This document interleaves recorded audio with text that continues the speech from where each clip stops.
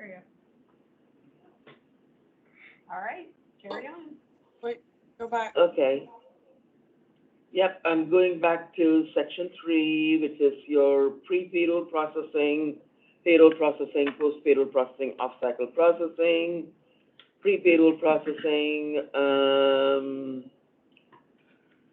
So are these, is this the slide that you are asking questions about? No. So, and let me just talk You through said this then, that because the payroll team was gonna validate what success factors sent for hires. And I was just wondering why we're doing that and why we're, if we think that's necessary, why we wouldn't. let me ask, right, let me go through these steps first. Okay. So where was I? Okay. Yes, you're talking about these guys, right? These 3 bullets.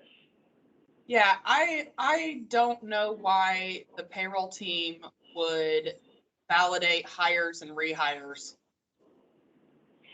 I guess Kofi and I, when we talked about it, we were referring to where they would go to job data and make sure that an employee was in the correct pay group, the correct employee type, and had the correct tax location code. The payroll tab and the compensation tab, is that not something that AOS will want to validate to make sure that particular input?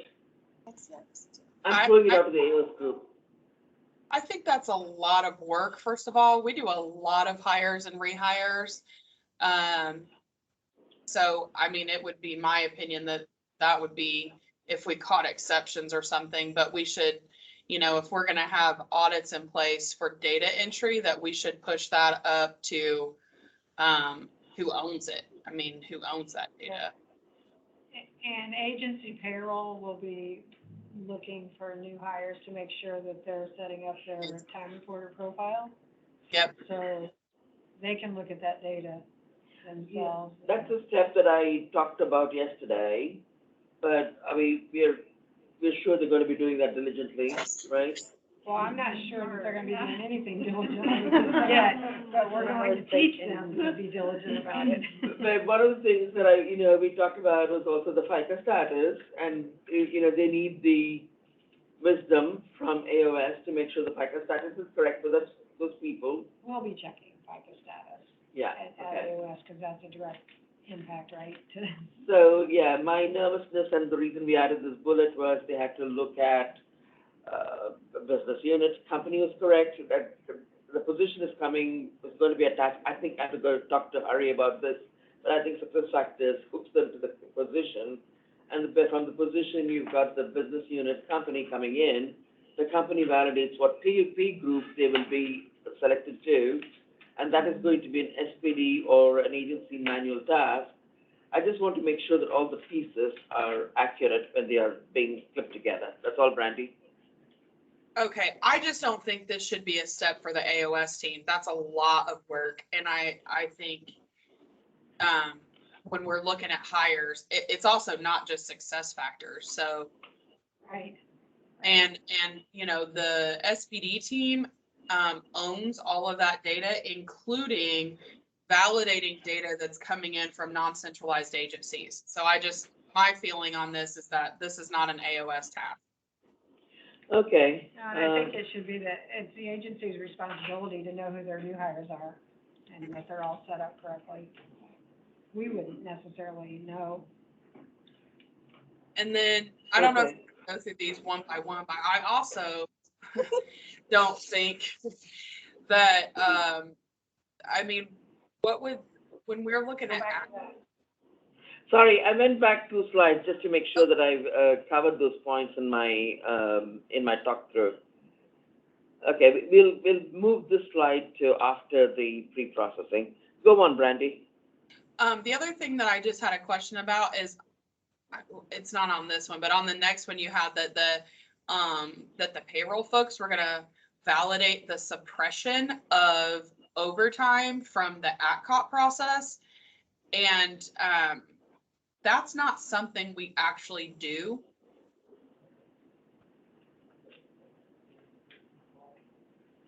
That was probably in the previous slide. Okay. So, No, it was just right there. right there. Right here, the second bullet. So, I didn't see it. it's not going to be the AOS team. Is it going to be GMIS? I mean, who validates the time and labor? Is We, it going to be the agencies? What is the ratio here? so we run AtCot every pay period right now, and no one validates that has been suppressed. If we had an issue, I believe that we would just have a ticket opened and GMIS would investigate what was going on with that, but it's not like AOS would be able to go in and say, oh, I don't think that this time should be suppressed. I mean, because it's all rules driven, and it's based on the LEOVT or the comp time codes. And we don't spit out a list of those things that have been suppressed from AtCot. Yeah, I'm just going back into update mode so I can update that, but then it takes you. All right. What we could look at from our standpoint, what Shannon was just mentioning, is making sure that we don't see any overtime in the pay period that we're not Yes. expecting it, right? Yep. And you also can see that the AtCot process has been run. So you would be able to see the success of that process. So I'm going to face it like this. AOS confirms that during the first part of the 28-day cycle,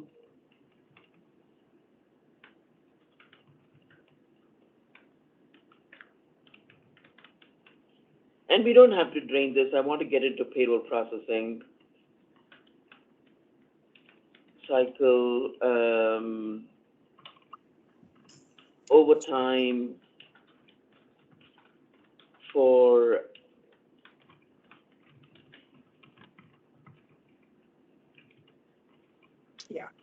And then that first dot point two, Shuba, I'm not sure about that, about AOS handling. Well, they don't. okay. And that should really be the agency that's running that, right? Make sure that their folks. Agencies have been given the online reports, and so one of the things that we told them was if they had any questions about why something didn't go over,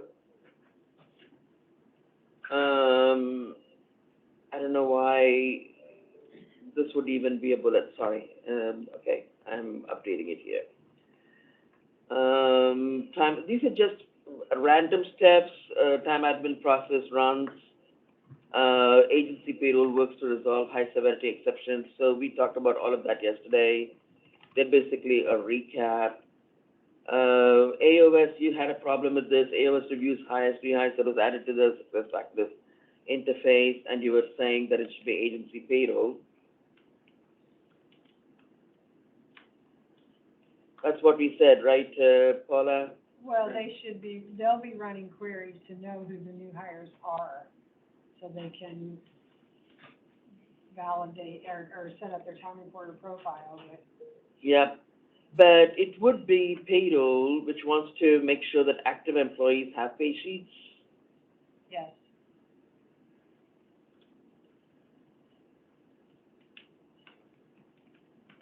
That's fine. I mean, these are things that we can fix. How do we do that then? That is a query.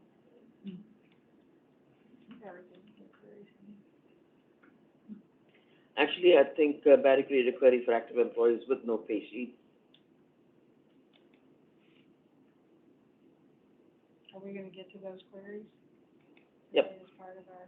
Yep. All right.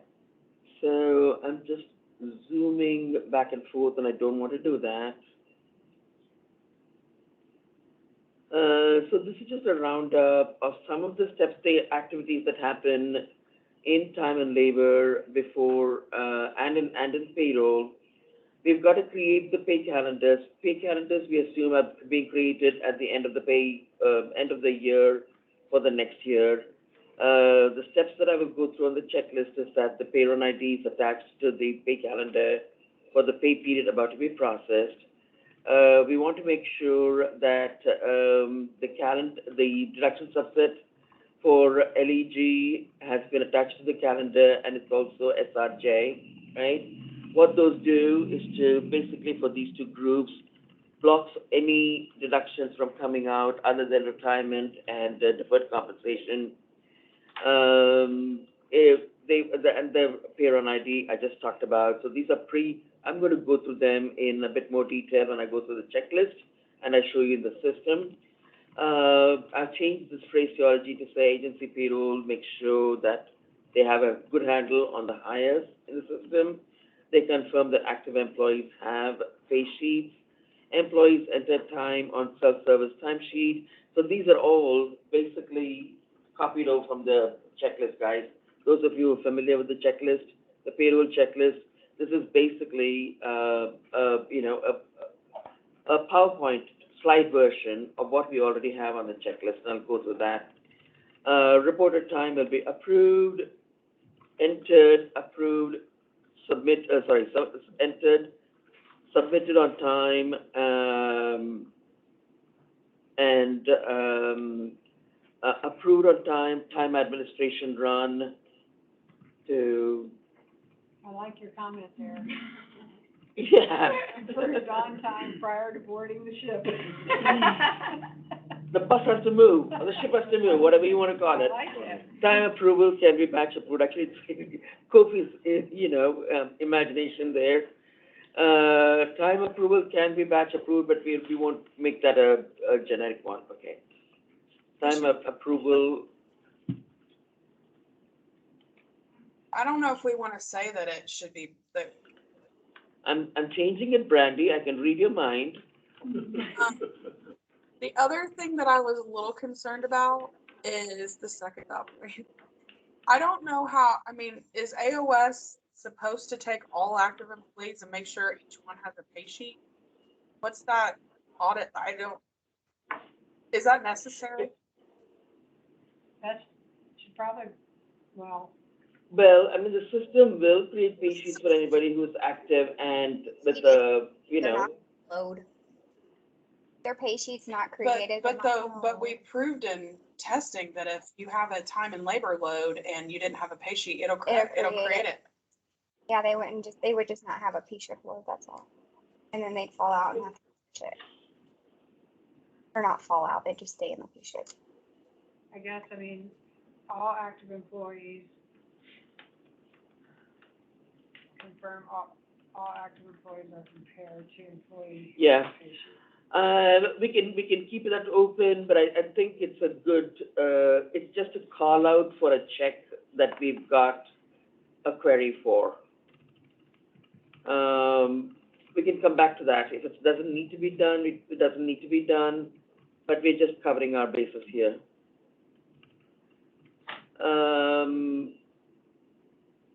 And then again, I think we're doing this 28-day cycle again, so we've changed this verbiage. Time administration process runs after all the reported time, and we've got that covered. Agency payroll, we don't need to drain these steps, correct? We talked for 8 hours yesterday on this. Correct. Agency payroll works to resolve all high severity exceptions, and we talked about that yesterday in detail. And then we come to the actual steps that you guys need to be aware of when we get into payroll processing. So I don't want to drain the deck too much. I really want to get into comparing what we've got in the slides, what's in the checklist, what we do in the system. That's what I want to spend the next 2.5 to 3 hours on. Beg your pardon, and then we can just talk through all the questions and open items that you've got, anything, any anxieties, etc. So this is a webinar, participate. On the Thursday, we've got the batch schedule team. Let me go back here. On the Thursday before the pay end date. The pay end date is on a Saturday. On the Thursday before the pay end date, the batch will run the Presheet Audit. At like midnight or? is that- I think it is just a sequence of events. It'll run at midnight after time admin.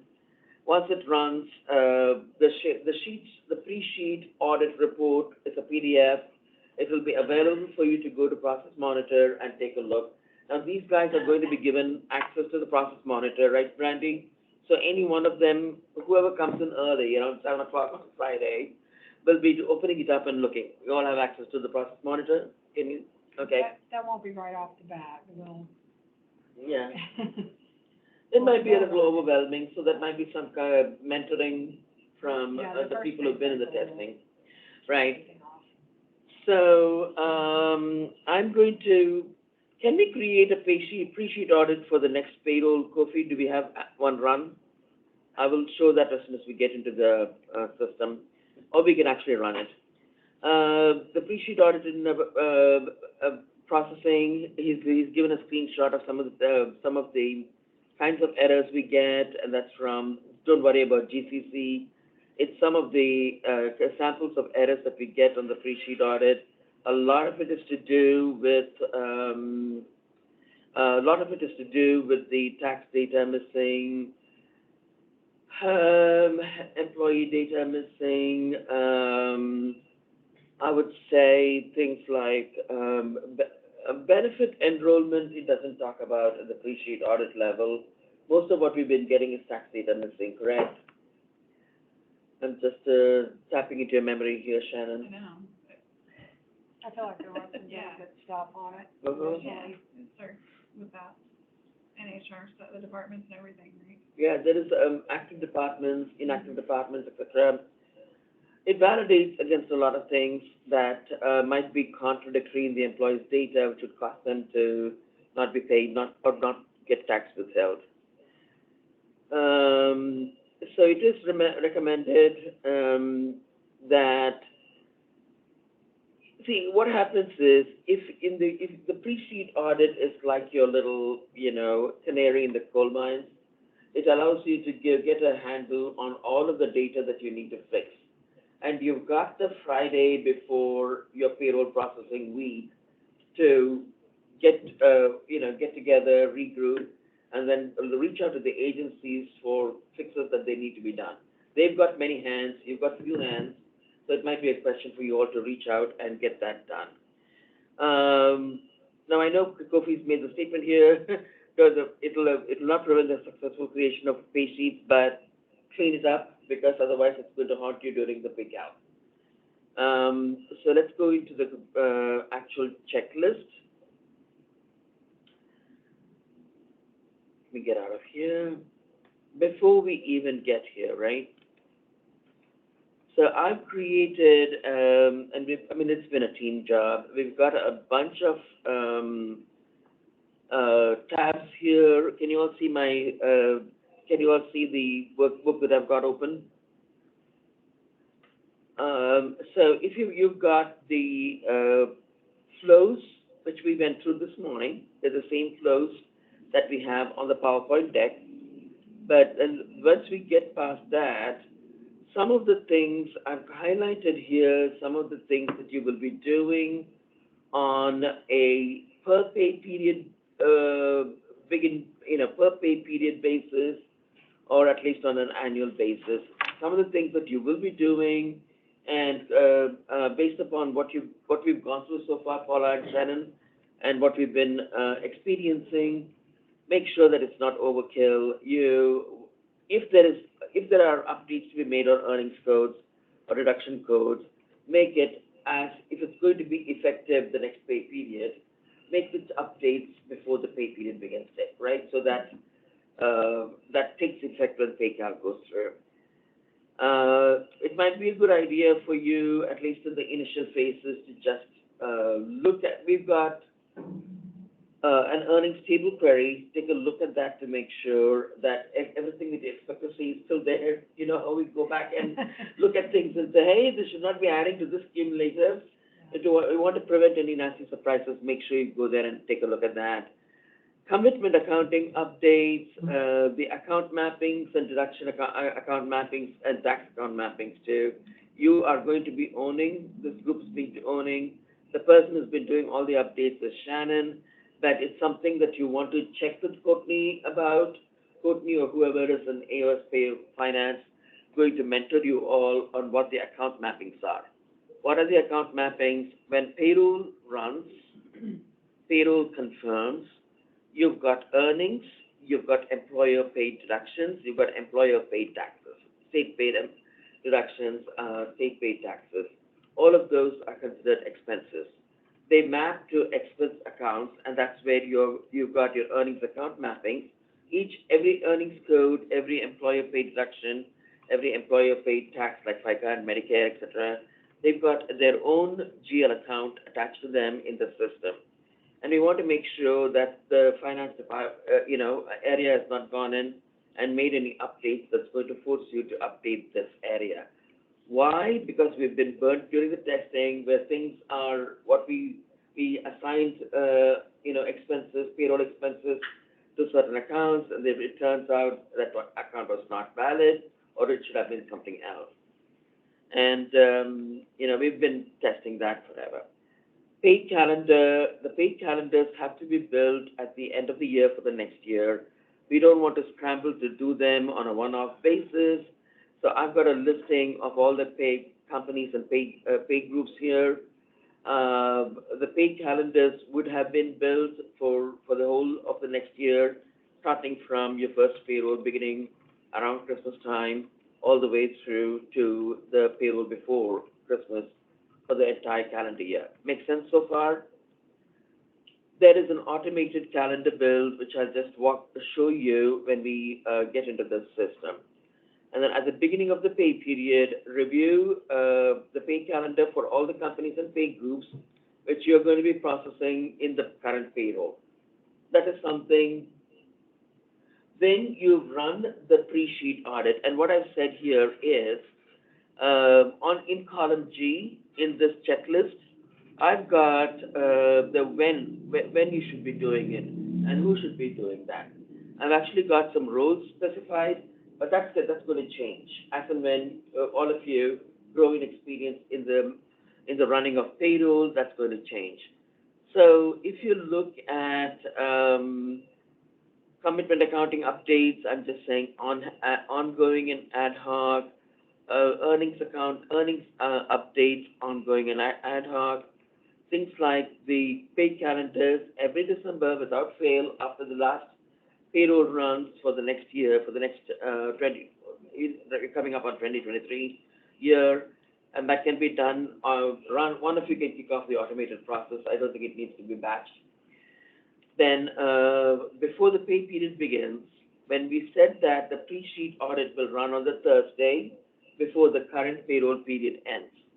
If you look at the calendar that we showed yesterday, right, in this, we looked at this yesterday, right?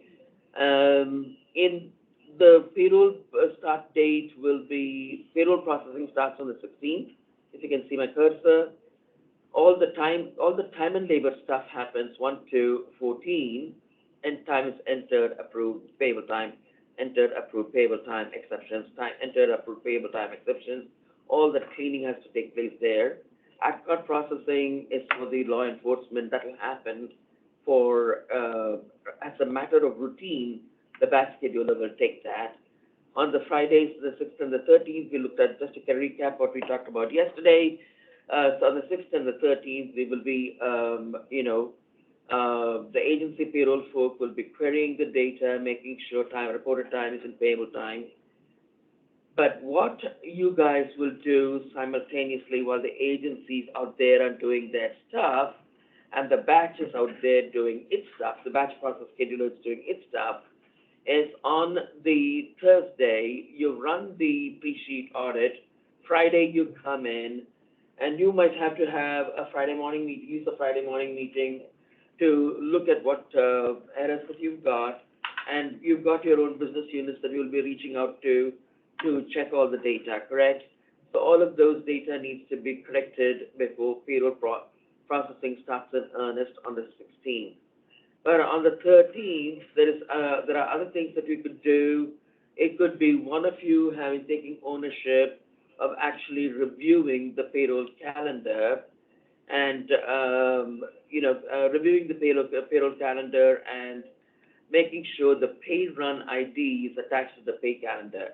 If the pay run ID is not attached to the pay calendar, it's not going to, all the processes are tried and tested processes in PeopleSoft. They're ancient COBOLs, but they run very well. They do a ton of validation, a ton of calculation. They're pretty robust. If the pay run ID is not attached to a pay calendar for a company, pay group, pay and date combination. Remember these three things: company, pay group, pay and date. If these three key elements don't have a calendar and don't have a pay run ID attached to the calendar, it means that the calendar doesn't have the key to the door. And and none of the pay sheet processes, none of the payroll processes, none of the reports, none of the downstream processes will even consider that particular payroll, that particular population. Remember, pay group equates populations, right? We talked about that this morning. A company is mainly driven by the need for a separate EIN, but a pay group is very specifically a group of employees with the same kind of payment rules, same access to earnings program, same access to payroll frequency, and the same access to a holiday schedule, which is not relevant to you. Same source bank. There's a bunch of different elements, data elements, that decide what a pay group is going to be. So I will show you the company table, the pay group table, the pay calendars, and then show you how the automated pay calendar will run when you're doing this whole step 5, which is basically create a year-end pay calendar. Bear with me while I get back into the system.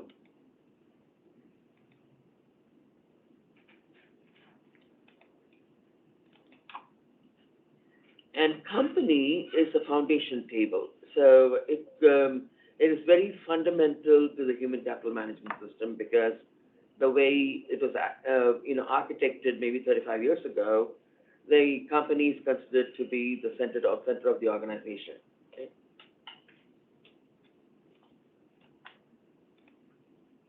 When you look at this,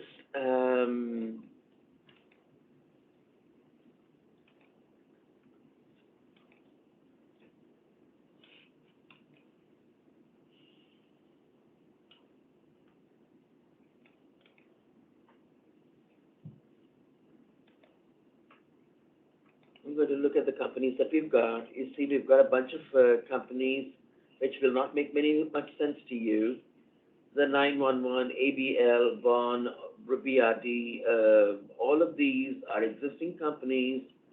Some of them, they're companies that we're creating in the 9.2 system, which will not be used for payroll processing. ISM, LOT, MVC, and SOI, these are the 4 companies we're going to be using for payroll processing. All of these others that you see on this were requested by the benefits team because they needed companies, pay groups, pay calendars set up for those benefits, direct billing companies for benefit admin processing. So they don't relate to us. The 4 companies you need to remember are SOI, ISM, LOT, and MVC. Now, if you look at a typical company, not a great deal there, but it holds on. It's a very pivotal table. It holds the EIN information. It holds things like are you, a full-time employee or full-time employees. It's set up there. We've got the company address here under the default settings. You've got your a default pay group, and actually, that doesn't mean anything because any general foundation table will be overridden by the smaller transaction tables, the lower level transaction tables like job. So the lines on the pay sheet is when you have when you create pay sheets, how many pay lines can you have? That's what that does. And this flag here, single check for multiple jobs. It's flagged for you, but I've talked to Jeff Wolting and SPD, and I don't think you're going to be using multiple jobs in the near future. And if you flag, expand this USA flag, you've got your EIN number there. The phones, I mean, these are just default information. We don't even have anything there, and the rules definition, we don't have anything set up there. So the company setup is fairly basic. Anything, any questions, anything anybody wants to add? What I really want to show you is really the pay group tables. And the pay group tables have been completely re-engineered for the state of Indiana, for reasons of, and other than benefit processing, the pay groups were not used for anything, right? PYA, PYB, PYC, all of those existing pay groups, they have been inactivated. When we go into conversion, one of the things that benefit, and this might be something that you want to remember, the benefit admin, benefits team wants you to make sure that you don't inactivate the old companies until that effective date of the conversion. So when we go live, the cutover date is going to be May 1. We want to make sure that the company pay groups are active until May 1, and any inactivation we do will be as of May 1, because the Ben admin process wants to look to say that they have been active all of this time in the old pay groups. The new pay groups will be activated on every system and every environment that we've been going through. They have been active as of the date of the converted data. So when I go into payroll for North America, payroll processing controls, and this is not transaction tables. These are all setup tables, configuration tables. When you go into pay group table, is everyone okay with the pace of the, So when you look at company, one of the biggest companies that we've got is SOI, and if you look at the pay group, the biggest pay group we've got is STA. That has a ton of people. If for some reason you need to break up STA into smaller groups later, or maybe performance related, or if you want to run processes of multi-threading because the state of Indiana is expanding, what you might want to do is to just be cognizant of the kinds of criteria you've got to keep in mind. We've said that the pay frequency is biweekly for this. The effective date, as I said, is the effective date of the latest conversion. And during go live, the latest conversion will be May 1. On this page here, we're saying continue with errors and error pay end date. If there are errors in the pay calendar, you continue processing. Then these three rows are very important. So for each of these pay groups, we've created, we have said in the past in some of the some of the installations for the smaller organizations, we used to have exception hourly, and salaried employees in separate pay groups so that we could just process them separately. Here, this is a big organization, right? And we've said that in this pay group, every pay group can have different kinds of employees. We're not separating out. You've got populations which are distinct by reason of who they are, what they do. So we don't need to distinguish them even further by saying board members, salaried. We know that all the board members are salaried. National Guards, we don't want to distinguish them. The STA, we may need to break them down if you think that there are smaller pay groups that can be created with them, with STA. But the overall driver of this implementation was standardization and consolidation. So that's the direction, that was the key driver. That's why we reduced work groups from 400 to 12. And we've reduced comp plans from 400 or 147 to 4. The whole theme of this implementation was standardization, harmonization, and consolidation. So here, what we've done is for every one of the pay groups, I've made them, you're in a pay group for reasons other then your employee type.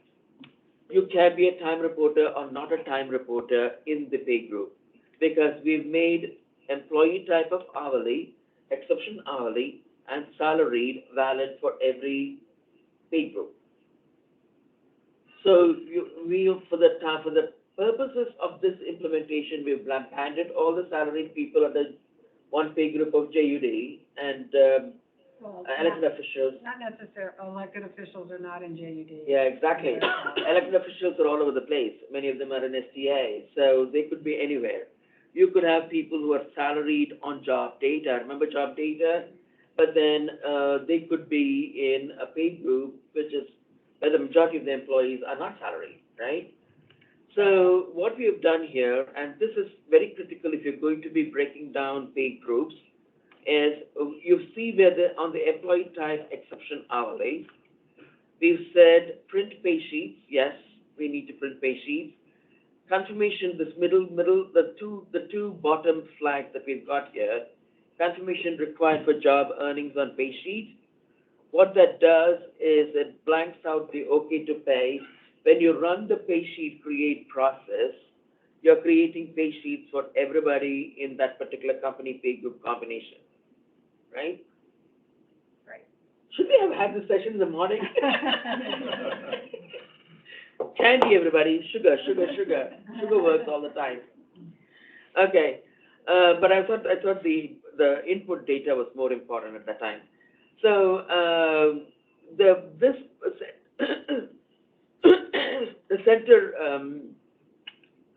flag makes sure that the default pay line that is created by your the pay sheet build is not defaulting with an OK to pay. When it defaults with an OK to pay, what happens is an exception hourly person and hourly person is usually a time and labor person. If they don't have time, they will get paid the standard hours.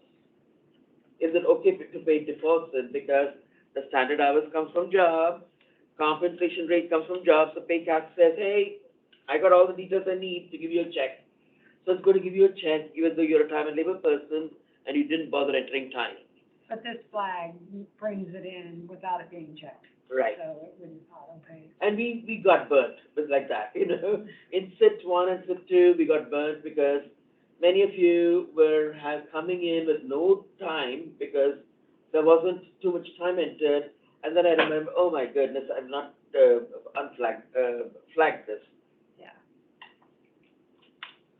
So we've done that for exception hourly and hourly. For salaried, it's a different tax. For salaried, we've said, if the payroll group and the SPD group have taken the trouble to make sure that an employee is set up as salaried or job data, just pay them the biweekly salary and bring it in as okay to pay. So the very first job pay line brings it in as okay to pay. On the third one, confirmation required for partial pay period. What we've had in the past is if there is a mid-period termination or a mid-period leave, if you didn't have that flag on, you will get your full pay period's pay. You don't want that. You want to stop that. You want a proration, right? And PeopleSoft will prorate, but there are rules for proration. The rules are also set up on the pay group table that's defaulting in a certain way for the if it's a salaried employee and but depending upon whether it's a biweekly payroll, it will take the number of days and it will prorate the number of days based upon pay group setup. If it's an exception hourly employee and an hourly employee, it will prorate the pay period based upon the number of hours coming in, the earnings begin and end date, and the number of hours coming in from time and labor. So it's got different rules for the way it prorates a salary for a mid-period break in, termination or a mid-period leave. So, but we don't want to, the bottom line is, we don't want to pay them the full salary if there's going to be a partial pay period on the pay sheet. Is that making sense? Any confusion there? Makes sense. Okay. Now for this guy here, for the state of Indiana statewide pay group, which is your largest pay group, we've got all these people attached to an earnings program of SOI and a holiday schedule of SOI. There's only one holiday schedule. I don't think we've created too many. They've got, this is holding, a pay group holds a lot of the defaults, and the default regular hours earnings code we are saying is reg, and the default overtime premium earnings code is OTP. OTP is not a concern for us because the overtime payment premium will be calculated in paid time and labor and will be fed through time and labor. The reg is important because for a salaried employee, let us say you've got this bunch of elected officials, and you decide that suppose you decide that Terra or, the governor can get absences from absence management, and that payable time should still flow through from time and labor to payroll, it can. The system will allow it. What it will not allow, if you're a full type of salaried or job data, it will block the regular from coming over. Because, hey, he's already being paid salary. He doesn't need regular time from time and labor and doubling up his wages, right? Okay. So that's what the system, the time and labor integration with payroll. That's why I keep on talking about time and labor and how critical it is to payroll. The integration with payroll follows certain rules which are coded into the time and labor load to pay sheets, which we'll run through shortly. I'm not going to drain this. There are Retrope setups that we've done that we're currently being tested. The Retrope setups are basically looking for prior retroactive updates to additional pay or retroactive updates to job data. Those are the only two areas which will feed the retroactive processing in payroll. Now, it's going to be a little cumbersome to run the retroactive process, but we're testing it anyway, and if at some stage when the system matures and stabilizes, we can start doing some retroactive processing, we can do that. Retro benefit program is being absolutely tested by the benefits team, and I think they will be running retroactive benefits, after we go live. In this page, this gives you where it says percent of annual, the salary proration rules, and the work days in the hourly proration rules. These gives you what the rules are for the prorating if there is, a partial pay period. And the very last thing I want to show is here on this tab, on the bank and tip information tab, we've specified two different source bank IDs. This is the source bank ID which will be used by the warrants, which are going over to Wells Fargo, and SOI PNC will be the bank to which the direct deposit file, or ACH file, will go. This maximum net pay 50,000 is just a notional, it's just memo. It doesn't actually drive any calculation. On the time and labor tab, what we've said is when we load time and labor to pay sheets, the system will automatically look at time and labor mapping to earnings codes, and we looked at that a lot. The earnings codes, so that let us say an employee has got the TRC code of reg charged to about 10 different projects in time and labor. When you load to pay sheets, it's going to create one row of regular for the entire pay period unless there is a mid-period change in the compensation. But if you break it down by combo code, and there are 10 different rows of reg, which are mapping to the earnings code of reg, it's going to split it up by the accounting information. And we need that because finance wants that granularity to drive the deductions, employer paid deductions and employer paid taxes. They want the expenses for employer paid to follow the funding information, coming from time and labor. And payroll is right at the center of this.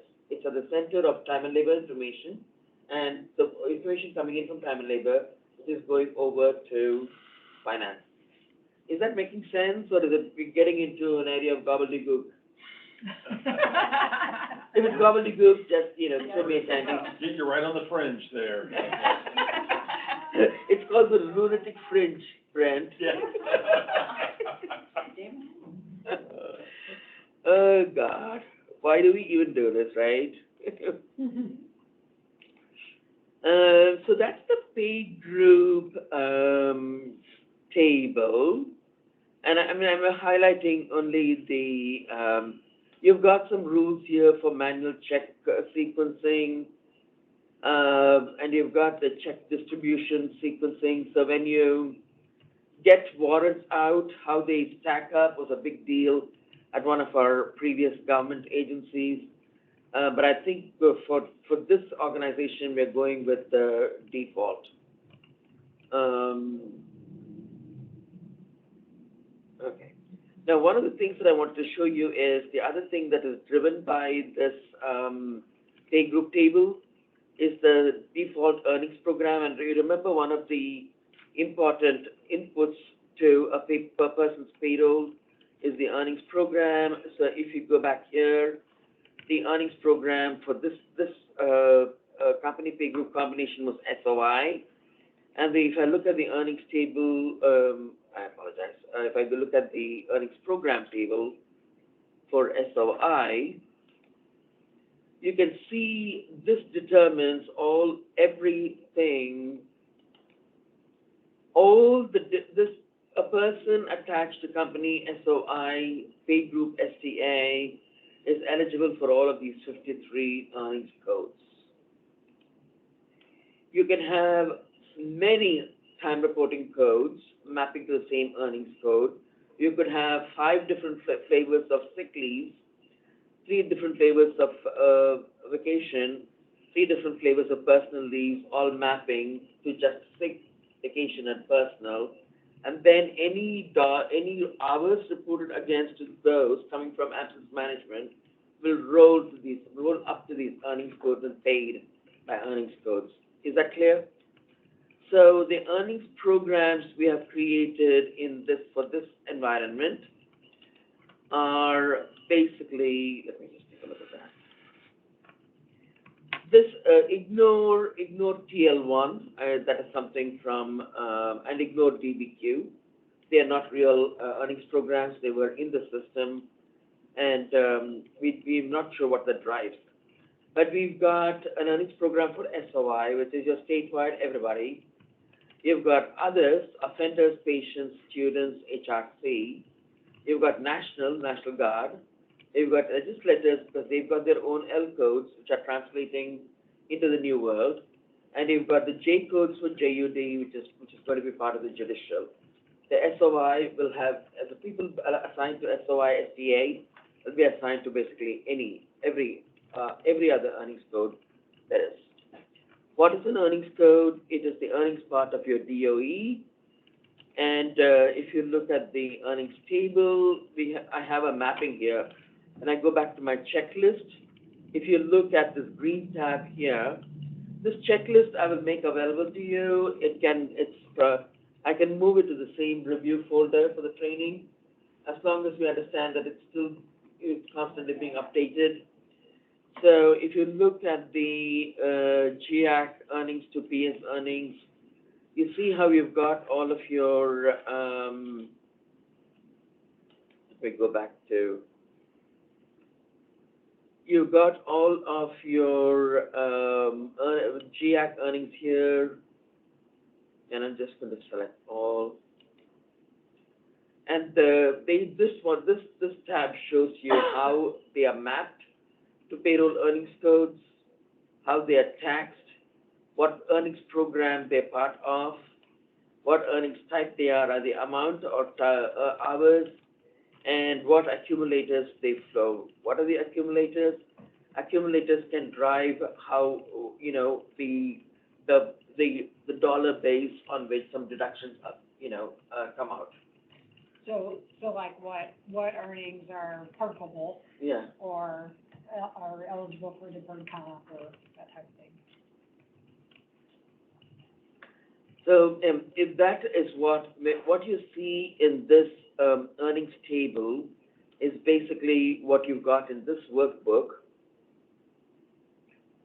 under column C. So if you look at column C, you've got the per diem, you've got the per diem, non-taxable, you've got governance declared, the governance declaration, you've got the personal. You've got a whole bunch of different earnings codes here. I can alphabetize it. It is alphabetized. So starting with the ADN and ADP and ALW, ALW is the allowance. You can mull over this, and that link, I'll pull it, Latoya, if you don't mind, even though this is not a complete checklist, I would like to put the checklist where everybody can see it.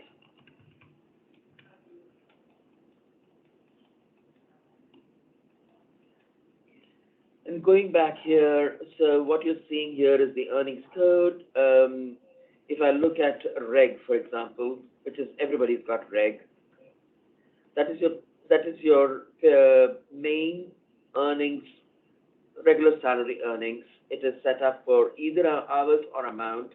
If you came from time and labor, you will accept either hours against reg or accept a flat amount against reg.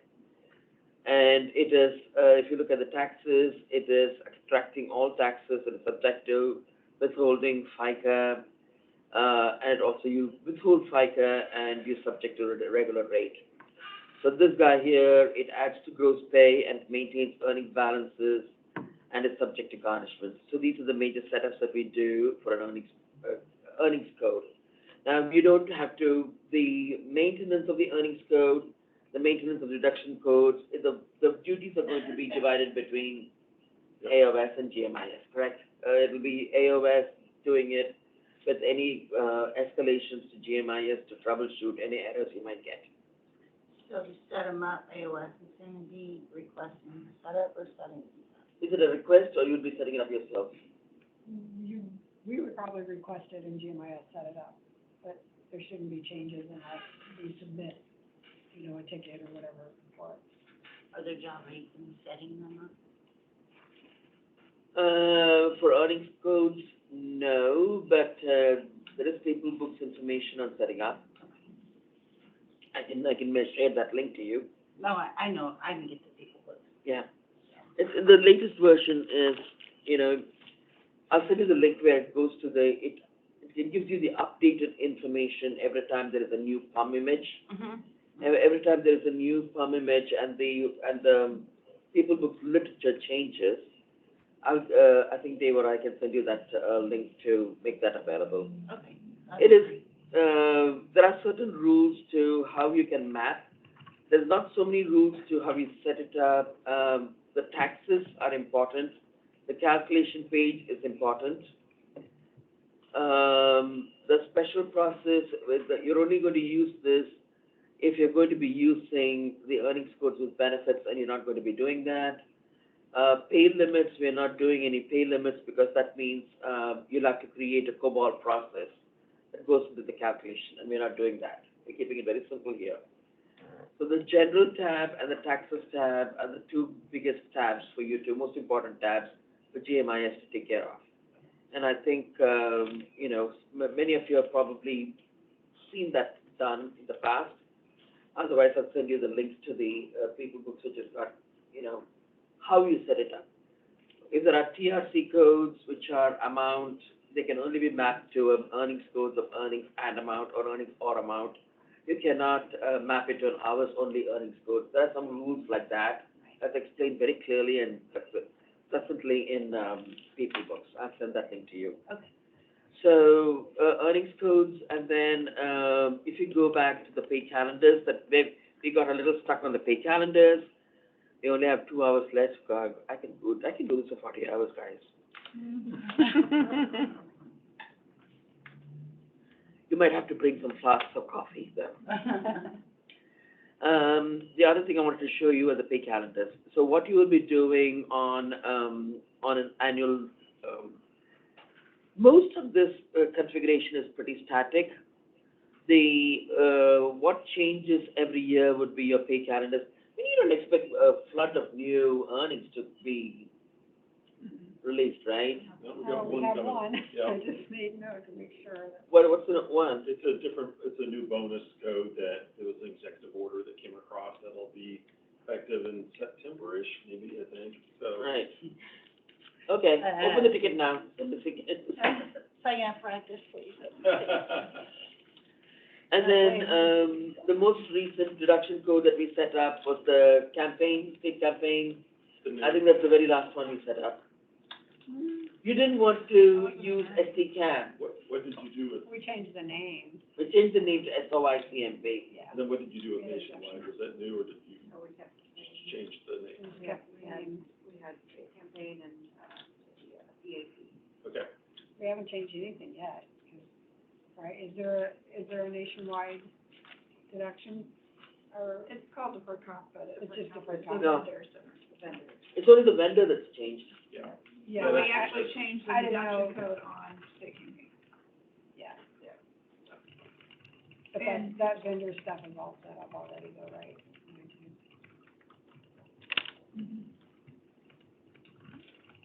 Okay, so the pay calendars, why do you need to set up? Because it's critical.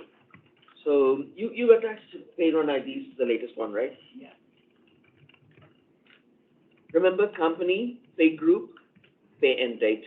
There's three critical pieces of So information. calendars get set up ahead of time, years ahead of time, but pay run IDs get attached manually before Yeah. every, okay, just wanna make sure everybody knows. Not, We have to do you that. mean like the year report? Typically, you're only setting up a year, maybe two in advance, right? Yeah, I would only set up 1 year in advance.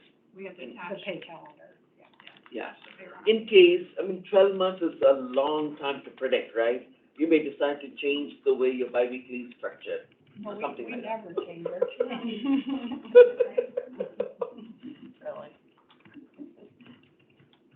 So remind me, what is this pay period we're looking at? 03, 3-5.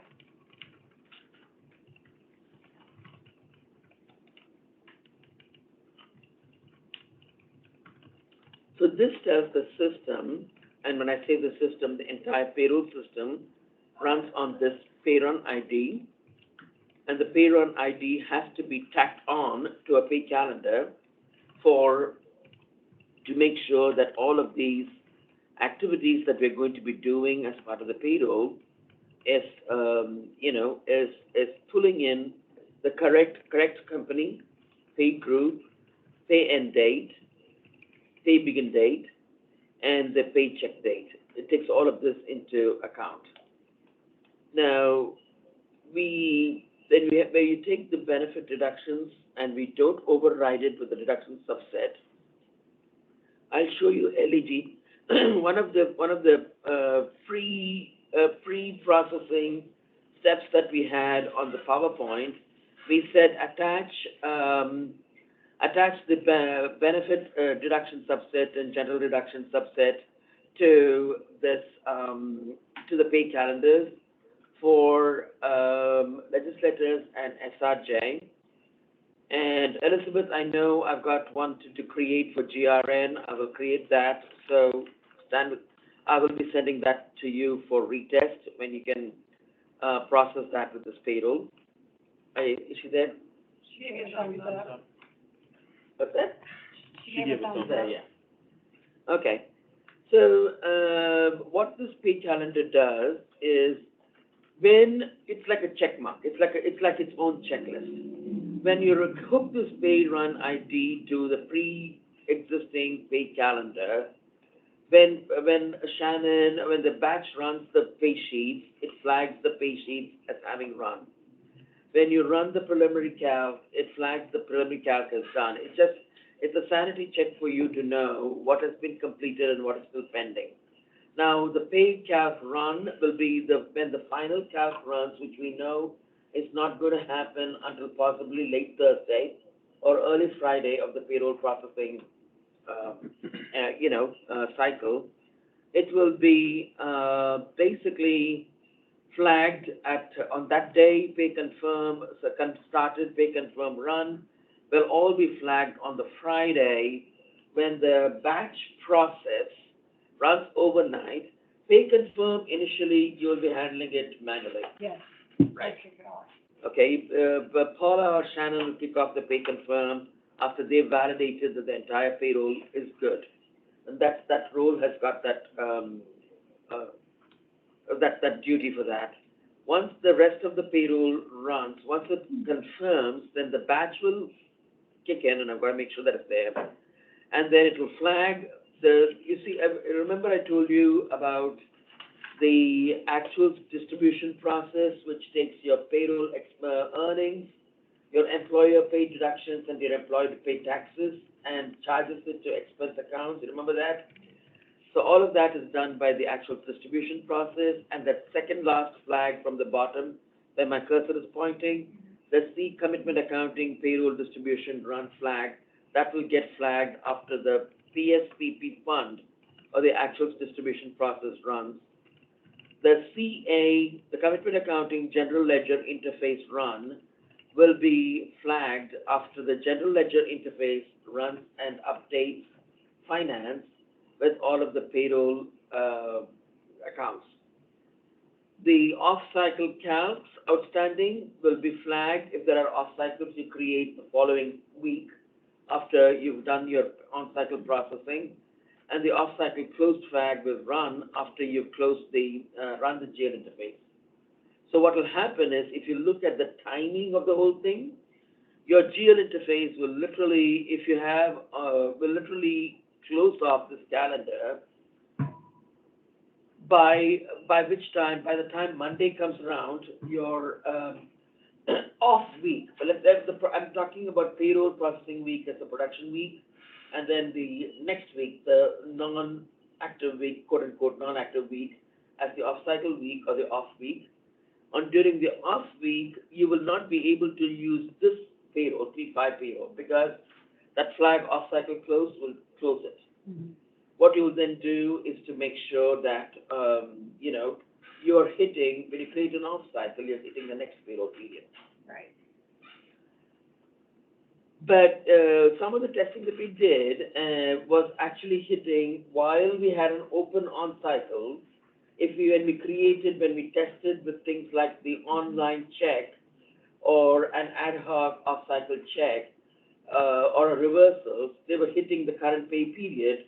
If ever you should have an open on-cycle payroll and you're creating off-cycles to address, one-off things, you have to close every single off-cycle hitting the current open on-cycle before the system will allow you to confirm the on-cycle payroll. Am I making sense? If during the payroll period for 3-5, Yeah. Yeah, it's like giving them these.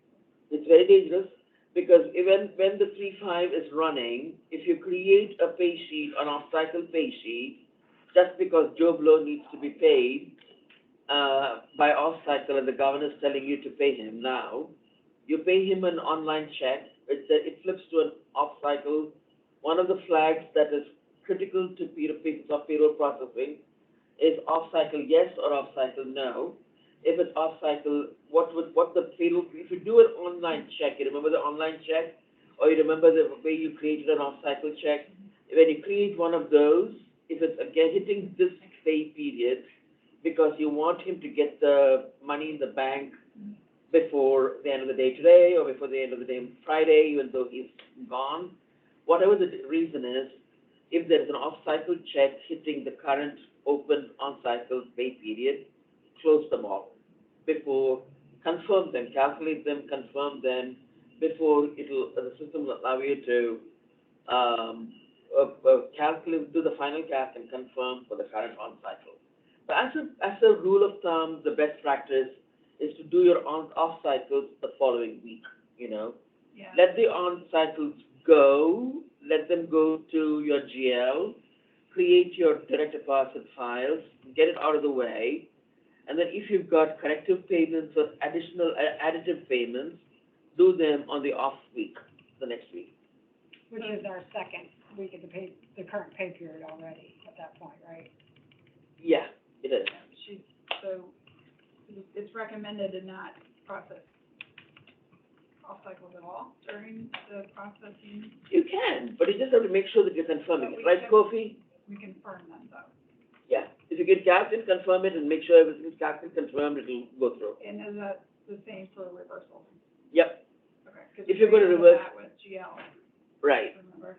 Yeah, if you're going to reverse it using the current pay period, remember that off-cycle flag will flip to yes. And anything that's hitting this current pay period, which is still open, the system will expect you to close that off before you can run the on-cycle. When Go. are you saying that it closes, though, Shuba? I want to make sure I understand the timing. So you're talking about the pay period that ends on March 5th, right? Yeah, So we're processing it and confirming on the 11th, the following Friday. And then all the downstream stuff is happening Friday night, Friday Saturday, night, Saturday, Sunday, Monday. yeah. So when, it's not until we see commitment accounting GL interface run checked that it's closed? Correct. When the Friday night batch runs, remember, it's all running by batch. You're not So is manually all running that it. gonna be done at? Friday out night, Saturday Friday morning, night? Okay. yeah. So then on Monday, it's open back up, or Yeah. even on Saturday? if On we the have on the to- Monday, you have to attach your pay run ID for the next calendar. Okay. So we have to go Gotcha. check this for the prior, make sure we Yeah. have that closed, and then we can attach our payroll ID for the next. And Yeah. start, then do an off-cycle Yeah. in that week in the current pay period? Yeah. Okay. And Kofi, that's been our experience, right, all along? That's correct. Any off-cycle you create hitting the current pay period will upend your payroll. Yeah, So it we're has to still be saying- confirmed, off cycles have to be confirmed before we confirm our on cycle of that week. So if we're processing any off cycles during payroll processing, they have to be Yeah. confirmed prior to Okay. confirming on. Gotcha. Okay, so that's okay. I mean, you can get into a routine, right? At TechStart, we actually regimented the off cycles, all the payouts on one off cycle, all the overtime, they paid overtime and a lag, and that is an off cycle, so all the off cycles will be another off cycle, overtime would be another off cycle. Any leave, vacation payout, leave payout will be another off cycle. Any corrections and additional payments that people were angry about because they were short paid or whatever, all those would be ad hoc, but they would be bunched up into a different, on a particular day. So we had different days for paying different, and Dave can keep me honest here, if you remember, that's the regimentation we did. And we won't be doing any off cycles, which I think some of you may know, but I don't know if everybody knows, on the day that we're confirming. So on that Friday or accelerated, whatever that day is, no off cycles that day. Right, We'll be busy confirming the regular payroll. yes. I mean, when the regular payroll's on, that's when you're going to be locking out people, correct? Yes. Okay. So locking out people from time and labor, which means, okay. All right, so that brings us back to what we were talking about here. The pay run. We make it up, but we'll use that same. It's the same Format. naming. Format. Yep. Yeah, format. This is your methodology. Just your pay period.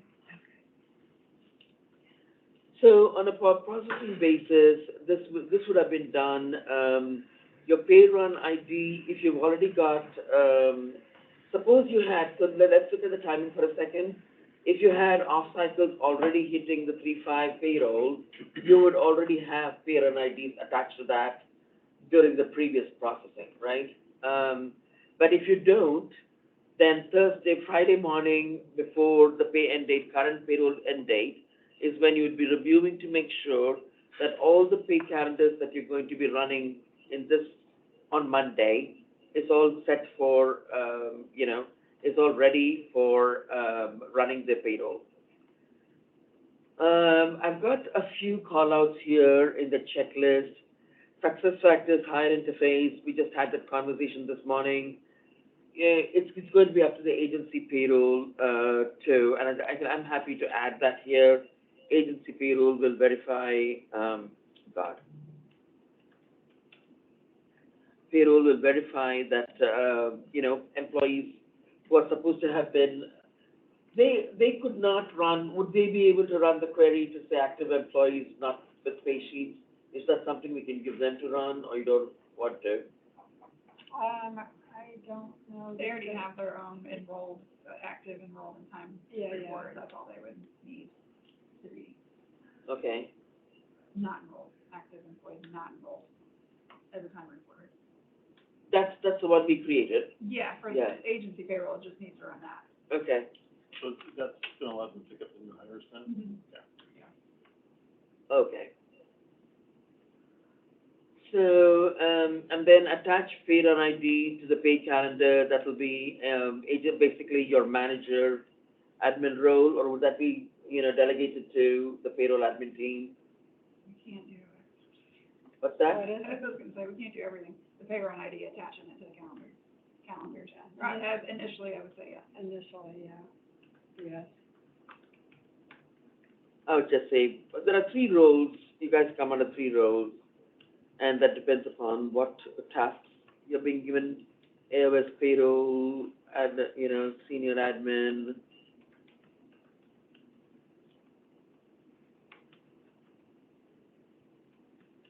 Or manager admin.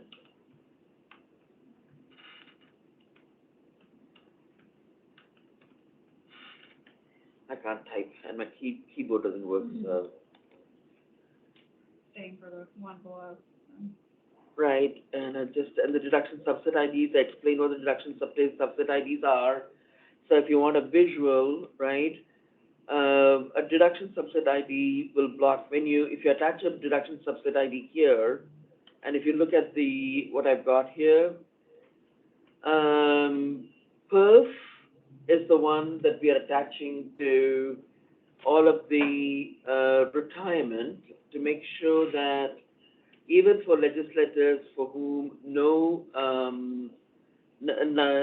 deduction should come, perf will be taken out, right? So if I look at the calendar for, The only ones we use on calendars are leg and senior judge, or Yeah. SRJ, we don't have perf on. In Yeah. calendars. on the calendars, but you can attach them during the pay line Pay process. line, yeah. Pay line, okay. So SOI, LEG, What was the other one for that for? Bonus?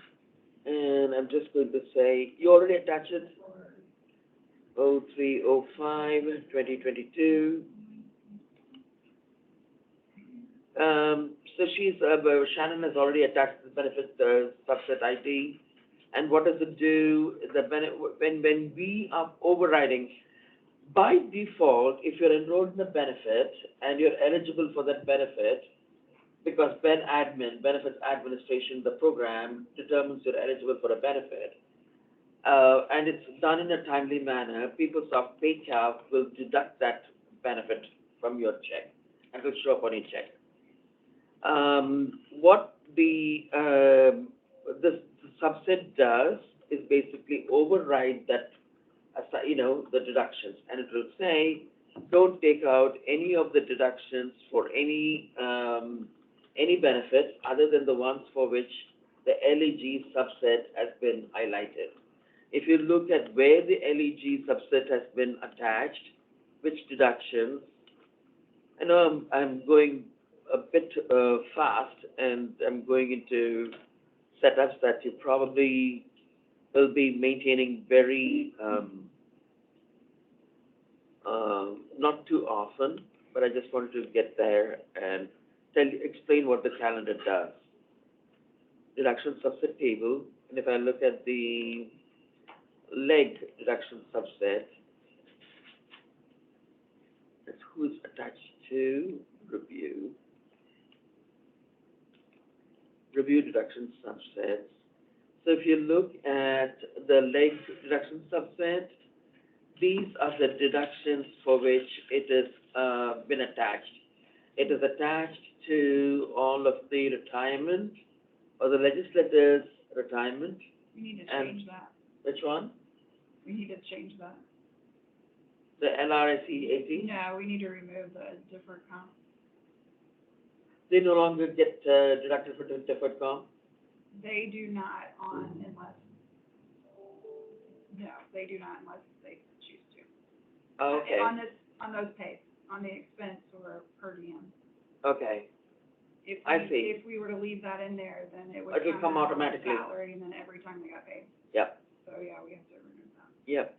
And the per diem may not be enough to cover that too, right? Right, well, right. You're in the LEG right now? Yeah. Okay. All right, open a store, Yeah. assign it to me. Okay, so, does everyone understand the concept of the calendar, the payroll ID, how it's maintaining the processing, the deduction subsets, the earnings program, earnings tables?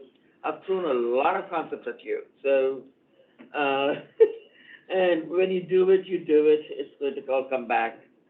Sorry. No one's overwhelmed, right? You're not overwhelmed? No one's saying anything, so. I got my notes. I still think it's helpful to hear the terminology, see the page, kind of understand the flow of Right. everything, even though it's a lot of information. and Yeah. you All this probably won't jargon- Look at a lot of it anymore, but. Yeah, there's a lot of jargon in the PowerPoint. That's why I'm deliberately not going to the PowerPoint, I'm going into the system. And a checklist in the system, and a checklist in the system. Because the checklist, you're going to make it your own. You know, let these wonderful people, Brent, Shannon, and Paula own that. But, you know, any updates you want to make, any queries you want to add, any reports you want to add, I don't know if I've ever heard the word wonderful and Brent in the Or, same sentence. what I heard is Brent owns it. Oh, yeah, I did hear stop, that too. stop it. You're not gonna beat up on him today. Wonderful Brent owns it. Oh, shoot, don't protect him. Oh, yeah. You don't know what kind of grief we've had for years. Okay. So if you look at the, going back to the checklist items, we've done all of this, we've kept the payroll side of it ready to go on Monday, but time and labor is still coming in. Time and labor on the off week, the week which is going to culminate on the Saturday, the pay end date, you will still have Cody coming in every day. Is it every day, every hour, Brandy? Cody and Indot?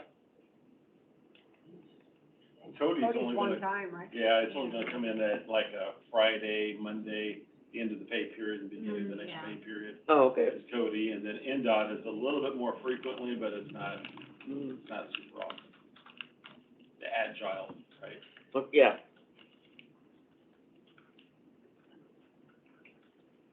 So all these checklist items show is that processing in payroll and time admin on the time and labor side will continue. That's how they show. While we are preparing to get ready for payroll, which starts on the Monday, which starts on Friday technically, we are also getting all of these time parceled out and packaged and ready for uploading to pay sheets. So all the time admin is done. It has created time, which is ready to load to pay sheets. We think that agency payroll will be diligent in cleaning up exceptions. And we think they're going to be diligent about looking at unprocessed reported time. But in the meantime, you guys, the batch has already prepared the Presheet audit for you on Thursday night. On Friday morning, you come in and you see the Presheet audits, reach out to the agencies, the agencies that you're responsible for, and have asked them for advice on how to fix the Presheet audit errors. And then, They're not gonna necessarily be able to fix themselves either. That's why it'd be critical to hit it early so they have time to go get the job data stuff cleaned up, right? yeah, if it's tax, it's going to be you guys doing it. If it's employee information on job data, like, yeah, it's the SPD? Or no? Yeah. Okay. And then if it's something to do with, let's take a look at the, do you have a Presheet audit you want to share, Shannon? We can look at that here. Just so we have a visual for everything. No, it's okay, I can take a look. page 034. Can we say that? Because Ms. Shannon has been running pretty much everything. Okay, there's one here.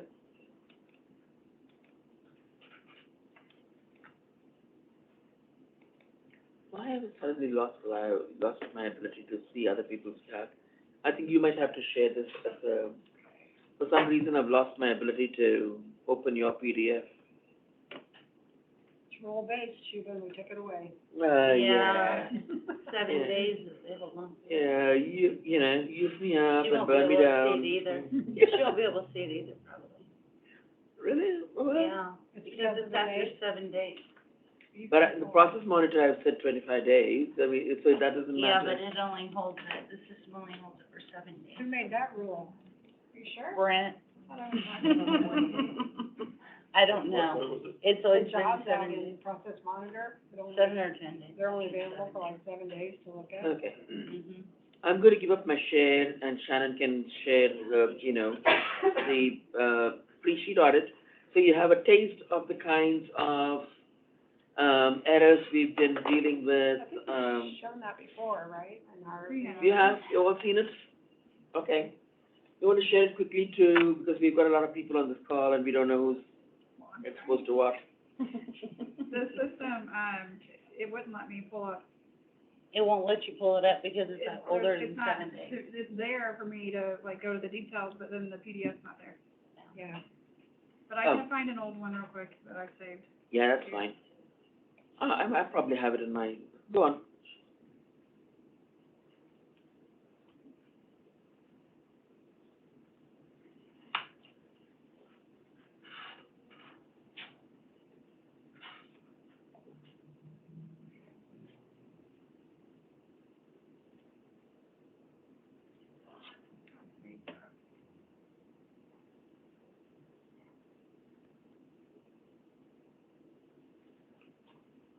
I found a copy locally. Can I share that one?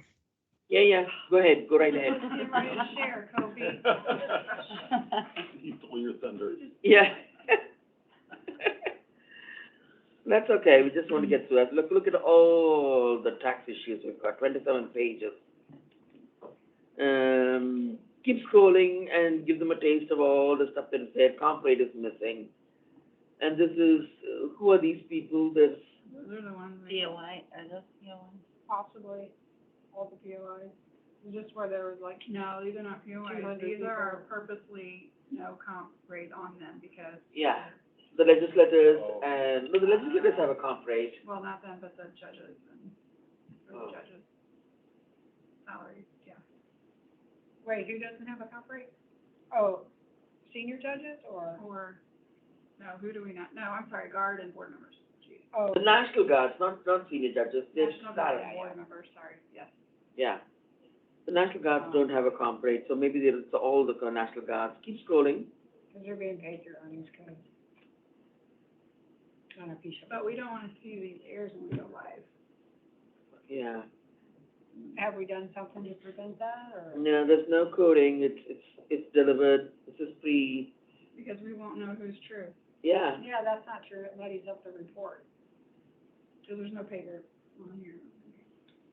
That would be your identifier, right? To Mhm. know who's excluding you. You So have something. is this something that can be modified to have the pay group, Or or? become a query. Just to add a query, yeah, query is simple enough, I can provide the query. Business unit and pay group, right, would be Yeah. helpful. Mhm. And then again, federal tax data is missing, and That's if you all. take an example, just to help of one second of troubleshooting, take any one of them, show them what we have on the federal tax data. So you remember, all those inputs that we went through a lot of time on the data inputs? Mhm. That's why it's How important, to fix it. because you get it right. Right. Oh, probably not. Our term, overtime. Or move the pay period, that's from modified. And we want to get through the rest of the checklist. We've got about 2 hours, and we want to look at some of the queries and some of the reports. So I I could probably share, because the report I have has more errors, benefits and stuff. Okay, all right. That's a Presheet Audit, right? Okay. So this guy doesn't have a row at all on the state of Indiana. He might be one of the new hires who weren't actually set up with, you know, the state of Indiana. I think Shannon said they're actually terms. Could be. Yeah, we're, Okay. Shannon will also We shouldn't have share. that problem going forward, No. because initially in our extract file, we were not sending tax data on terminating people. Now we are sending tax data on every person because of these errors. so here's, benefit errors that we would have to send, benefits. We'll see. Like you on this one. The retirement ones are And they're- ours to fix. Retirement one would be ours to fix, yes, any of these. Do they also have a report to run finding errors as well, or is that just something that goes into them? They meaning who? Benefits. Oh. Who's no, coming out of the it's coming payroll? payroll. Okay. And then there's department errors.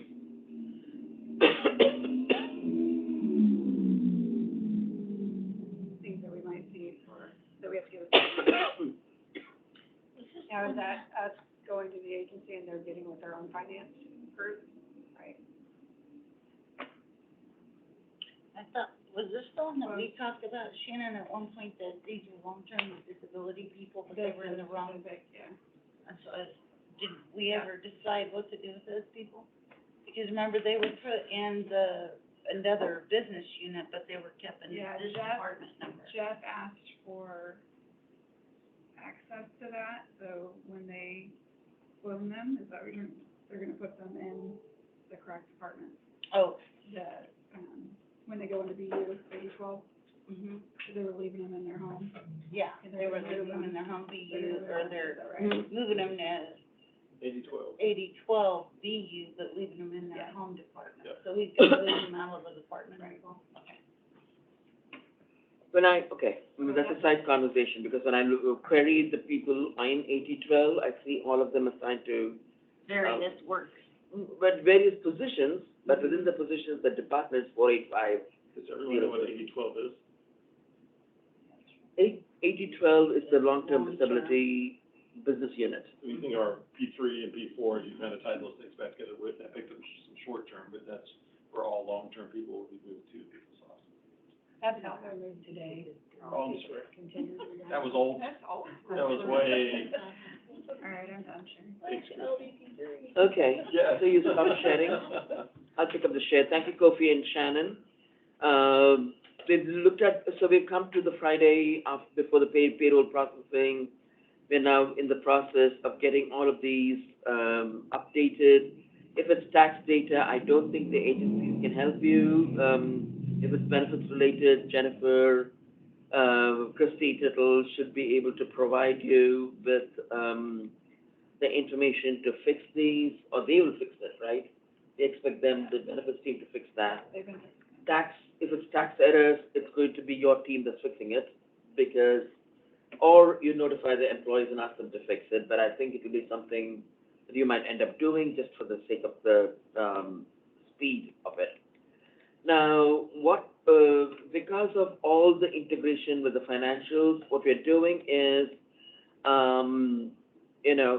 we are running something called the pre-distribution audit well before payroll confirm, well before payroll processing and payroll confirm. Why are we doing that? Because there are everybody is assigned to a position, and every position has got a default speed type of funding information on what we call the department budget table, which right now, I think AOS Finance is going to be owning and updating. Every time there's a list of new positions coming out, set up by Jeff Wolting's team. I think for the different agencies, finance is gonna, it doesn't matter, but I think that they were going to help support that.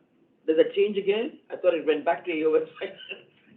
Yeah, I think that the CFOs at the different agencies, that we could confirm that and so on. Okay, they're gonna be maintaining that. But what happens is, if that information is wrong, there's no default information, there is, and, you know, the account mappings I told you about, if those are wrong, the person who's been setting it up are basically Shannon, and I think Pramita and Elizabeth have helped you a little bit in setting up the account mappings. So it's a small group of people have been doing that in the test environment, helped by Accenture folks.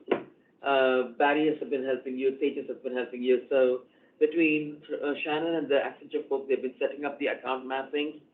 But if there's something missing where a particular earnings, they showed you the earnings codes, if an earnings is not assigned to a, if the system sees that there is earnings going to be coming into pay line or pay earnings, and that particular account, earnings is not mapped to an account, or it's calculating a deduction and doesn't see the deduction being, the earnings, employer pay deduction mapped to an account, it's going to generate an error. Then you run it at the point of a Friday before payroll or a Monday of the payroll processing week. It's very early days. The system has not got, the pre-distribution audit will show only a few errors. But once you get into payroll processing, and on Tuesday, Wednesday, Thursday, when it starts digesting the information coming in from time and labor, when it starts looking at the deductions generated by PayCal, it's going to generate more and more because it's going to try and find the accounting information for that deduction. So do you want to, does anyone have a copy of the HPCA 010? I can find one.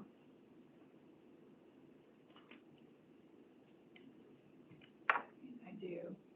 You do? Okay, you can share again. Race and coffee.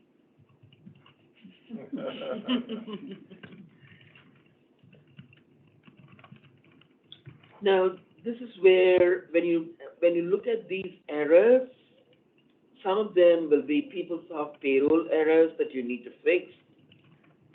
But, you know, the advice on what you need to set up, for example, actual distribution error, no budgeting distribution in effect for budget department so-and-so. That 485001, you see there, where she's paused, that is actually, I think, a disability department. That's used, I can go back and check that for you, but that's one of the departments that are used every time somebody goes on LTD, SPD creates a position for them, and a different position than their usual position. And that different position has a business unit of 8012, 08012, and it has a department, something like this. But that 485001 department features in a lot of errors. This basically says that this particular position department combination does not have a row on the department budget table. And if you look at some of the other errors, I think that was all on this one. on this one, Yeah. let me look at a big one. Now, it's a little unreasonable given that you're under tremendous pressure to get through this, to be able to fix the department budget updates. So that's where I think the agency and or AOS Finance will come into that. It is the agency CFO. It is? So Yeah, okay, good. Good, that's decentralized then.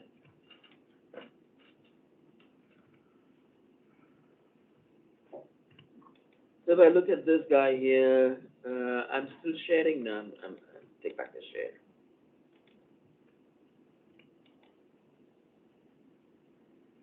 You see where you've got, this is also showing only no budgeting in effect for this. But sometimes you get things like no overrides exist for, let me look at something else which is not a sizable. Let me look at this.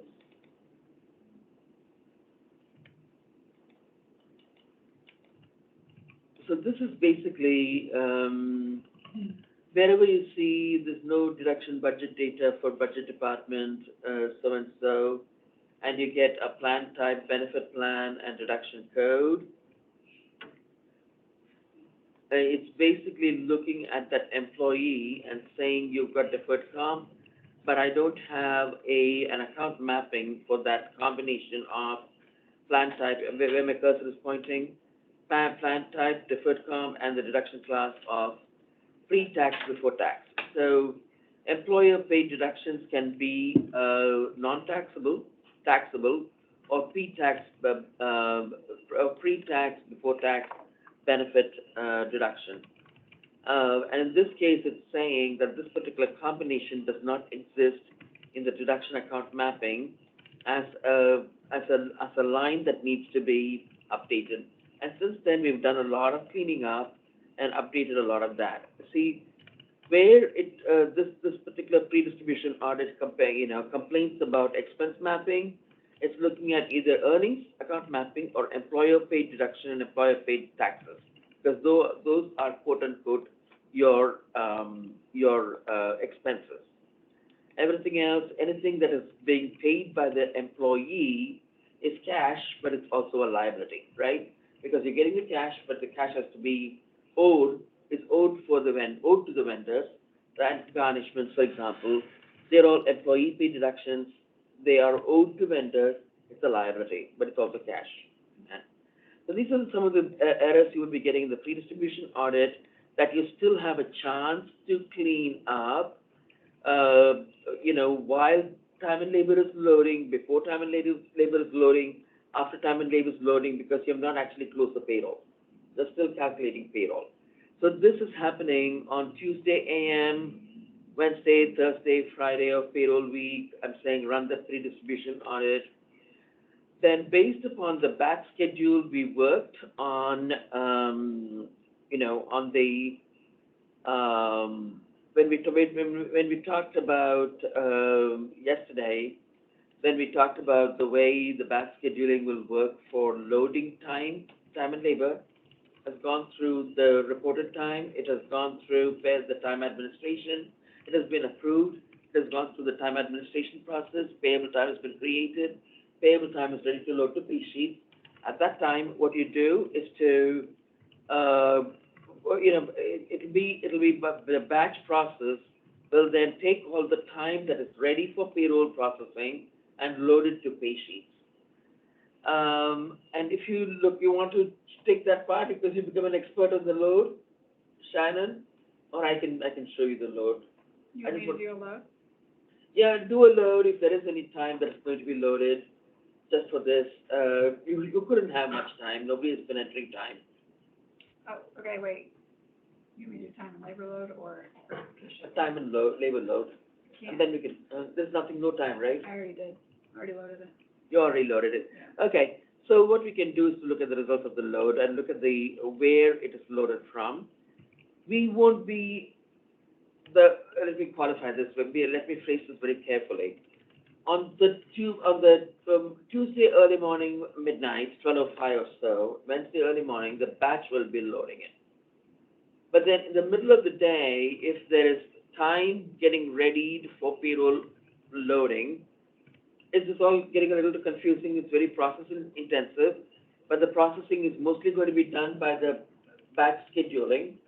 There could be points where a Shannon or a Paula does the loading manually just to get the calculation going, right? Just to get more checks generated for the populations that have not yet been calculated. So it is just like the days when you're going to be doing your pay over and over again. So it's just like that on the Tuesday or the Wednesday and the Thursday, you're going to be loading data, cleaning data, running the processes to make sure everything runs. So if you look at the run control page, what the batch has done on Tuesday night, the batch would have loaded the time and then shrugged and walked away, and there might still be another pay group ready to load, or another 10 pay groups, and at least 20 business units telling you in the middle of the Monday. How do you notify you now? Is that they've got time? You will be running it, right? Yeah, they're not gonna notify us in the future. Right. They know the timeline, so they just need to have their query screen. So we just pin us down. Yeah. right. So there is a query that I'll recommend at this point in time. If you are in the middle of a Tuesday and the batch is already run at midnight, loaded, done its preliminary load, and you run this query of payable time with a pay requisition number of 0, and you've got thousands upon thousands of rows in there, you can load it. You can run that query. If there's a lot, you can either wait for the next batch to run, or if you're impatient to get the calc going, just to get ahead of the schedule, then you might want to do a manual load. And if you want to do a manual load, I'll tell you the name of the query that you run to make sure there is enough transactions in time and labor waiting to move to the next stage, which is the load. So where you're going to be going to load this is going into the transaction table. Who can tell me what is the navigation to all the transaction tables? You're going, anything that you want to run a transaction for in payroll will happen at the Payroll for North America page. On the Payroll for North America, Payroll Processing USA, create and load pay sheets, load time and labor. You choose the Run Control page. You see this. We are recommending that you can do load all time. It just makes sure, one of the things we've discovered is that if there is prior period time sitting there, it loads that time. But in the future state, if managers have gone in or agency payroll have gone in and updated time for a prior period for an employee, that must load, right? We found a lot of sludge coming from 9/1 that we had to block by doing filtered loads. But in the future state, if it's going to be done, if it's going to be that all the 9/1 data has been closed off, all the 9/1 garbage that we've been seeing on our timesheets has been closed off, then any prior period adjustment has to be a genuine prior period adjustment. Yeah, because that's the point of not doing the adjustments on the pay line after the cutoff on Wednesday, right? Because then they're gonna go back to the source, correct it in the timesheet, and we'll pull it in when we do our next load. So in this case, the pay run ID we had was PY06, correct? Yeah. Everything in payroll runs to the payroll pay run ID. So pay PY06, and you see how the nomenclature is. It is PY for payroll, 06 being the 6th payroll of the year, and the pay end date being 3rd, 03 March. Pay end date is 5, and 22 is the year. So I think this is sound nomenclature if you want to continue with this naming convention, simply because by the time you come around to creating your new slew of pay run IDs, you're mature enough to, be comfortable with this whole system. You can follow the same naming convention or change it, but I think this is pretty sound. And then if you select that, then this is basically telling your the payroll that this amount of data can be updated. And you can just do March, I just do PPE March 5th, 2022. There is no time to load. Oh, I think Judd created some time today, but maybe not to this payroll period. On cycle or off cycle. Hey, Judd, you're in this meeting? Hey, Shuba, just want to make note of the time. It's 2:40 right now, so we're 10 minutes over from our break. So unless the group wants to go without a break for the remainder of the afternoon, we are up for our 10-minute break. It's 2:40, you want to stretch your legs and come back at 2:50? Yes. And then we can continue with the payroll processing, because we are right there now. Yep.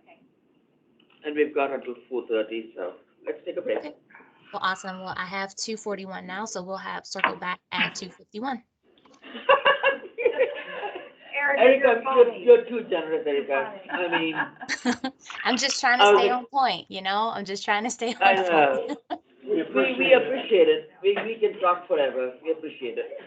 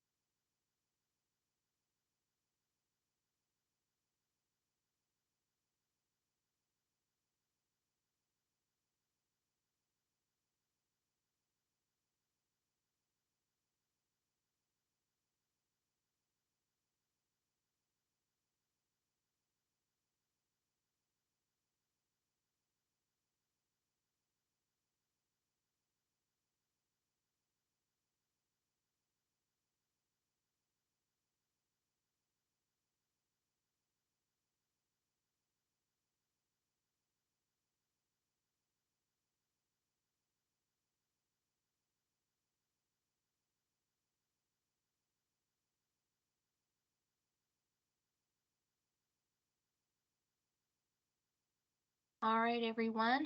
Hopefully you are all back at your, in the room or in front of your laptop.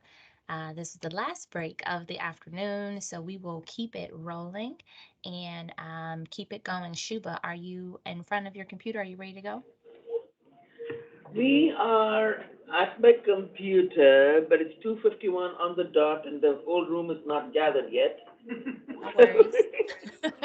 No So worries. we could be a couple of seconds, off and we need to be court-martialed, maybe. No worries. But we'll, When they get back in the room, just go ahead and start. right. I mean, they've got donuts and fruit and outside, so it's a distraction. Yeah, it will be a distraction for me too.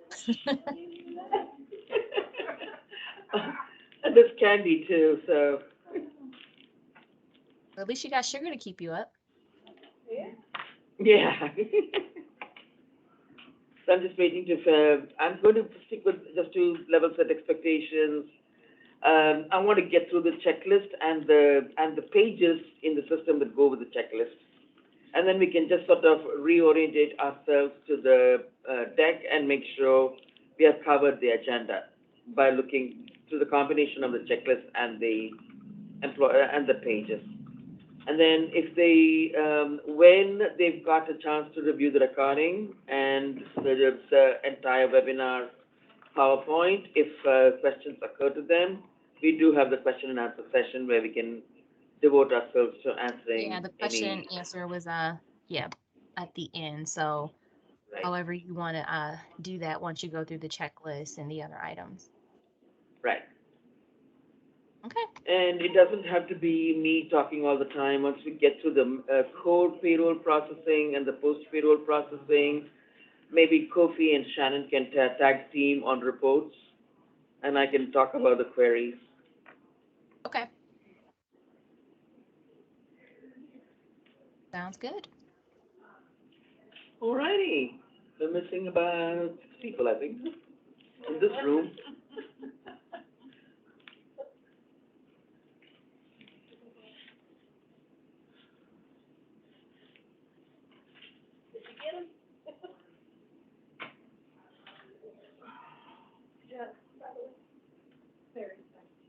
Yeah, I know.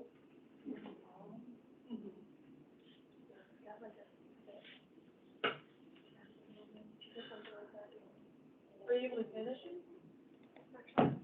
Are you able to finish them? Oh, yeah, I'm finishing. Oh, okay. I'm not a quitter. We're good.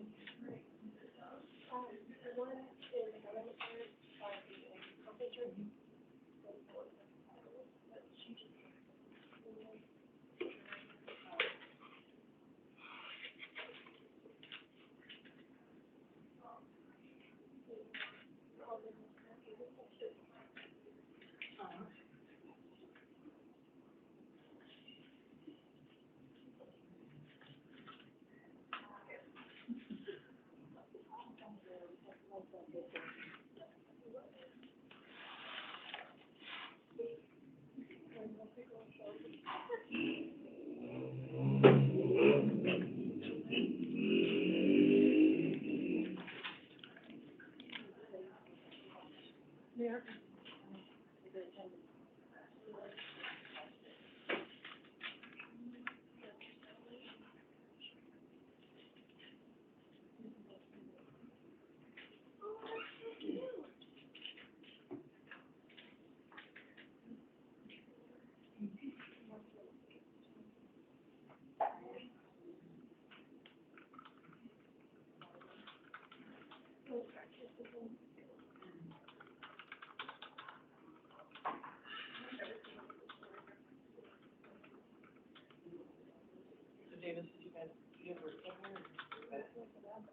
I just have the table there. No, down there. Oh, down there. Yeah. I think they came up. You can go, those lots of others, I come back here. Got it, shake it up.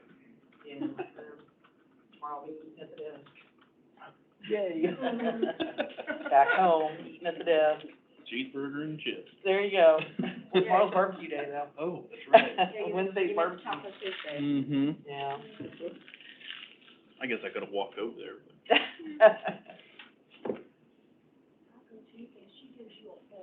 Mm-hmm. Did you go early? It's like 2 servings Nancy or worth. Brenda? Oh, really? Mm-hmm. Yeah. Oh, no kidding.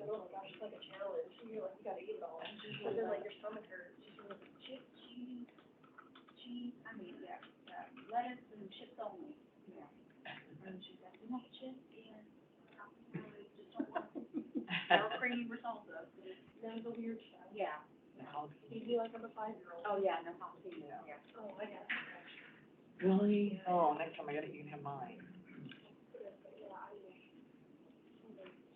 Really? I can't handle them. Oh.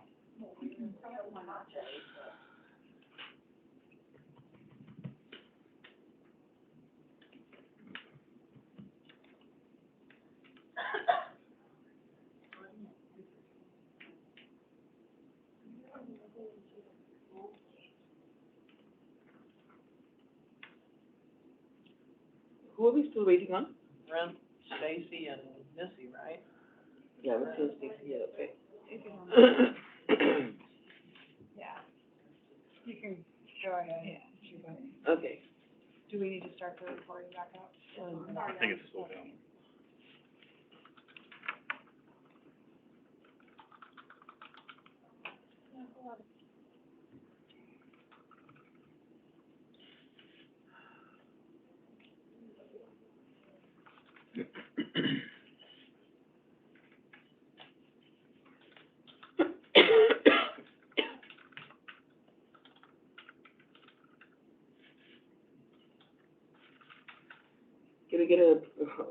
Can we get on with this?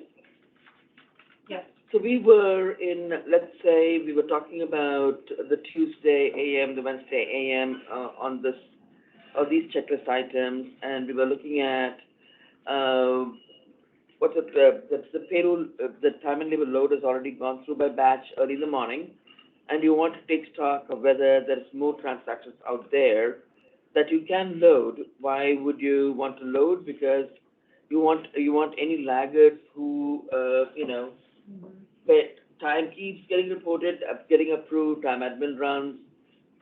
I know, right now, we thought, we don't have a schedule for those 2 days, but I've been talking to Feroz and, Brandy, and thinking that might be more often than once a day, On which day? on the Tuesdays. Loading. Oh, we've already said it's gonna be more often than Yeah. that, right? Yeah. But do we have a, Started off every hour on the even hour, right? Isn't that right, Brent? Time admin running every hour on the even hour When's that? in the processing week, Monday, Tuesday, Wednesday. Yeah, I can't remember what it is, but we definitely were accelerating it Yeah, up yeah. as Yeah. it was needed. Because if not, people were just waiting for it to run so they Yeah. can do their job again, right? right, that's why. So Monday and Tuesday of the payroll processing, and possibly Wednesday also, we want to run time admin more often. And for, let us say that you guys, the AOS payroll, and especially people who are going to be doing ad hoc loads to pay sheets, you see this query that I've got. I showed a lot of time and labor queries yesterday, but this guy here, which is payroll rec num 0, will basically, payable time with the payroll requisition number of 0, will tell you if there is payroll transactions ready to run. So in this case, maybe I want to run this for, let's pretend, I'm not going to load this, but let's pretend that I want to be able to catch any prior period adjustments. This is a scenario where in the live payroll in production, there's no more of the dirty data, the sludge data from 9-1, no more of that. That's a big assumption, because you're going to close off all that data. But you could have real, genuine prior period adjustments done by managers or by agency payroll on employees' timesheet by going back in the employee's timesheet and updating the time. Remember I talked about how we can do the prior period adjustments? Are you saying go back into period prior to May 1st? Well, not prior period, Okay. not the go live Making period, sure. no. Okay. But going forward, right? Yes, When you yes. go forward and you build up history Yeah. of prior period adjustments, then you must be able to load those, otherwise they won't get paid, you know? The corrections won't get paid. For the time being, I will just say 2022 to 035. And I can run this by BU, but I just want to say this is, I'm running it for everyone. I didn't think there was too many transactions out there.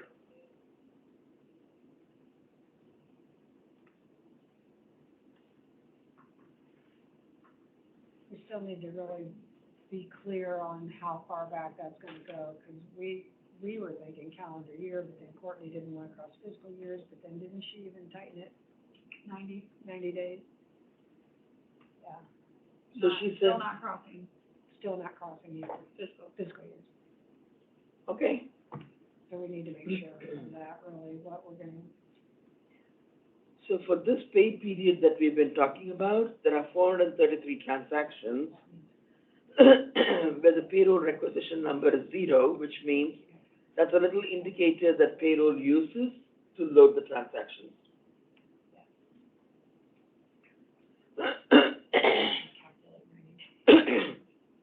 Sorry. And the status is ES, which means if I load those will load. The 433 looks like a sizable number, but it's really 43 employees or less than that. So now I know that I've got a few transactions I can load.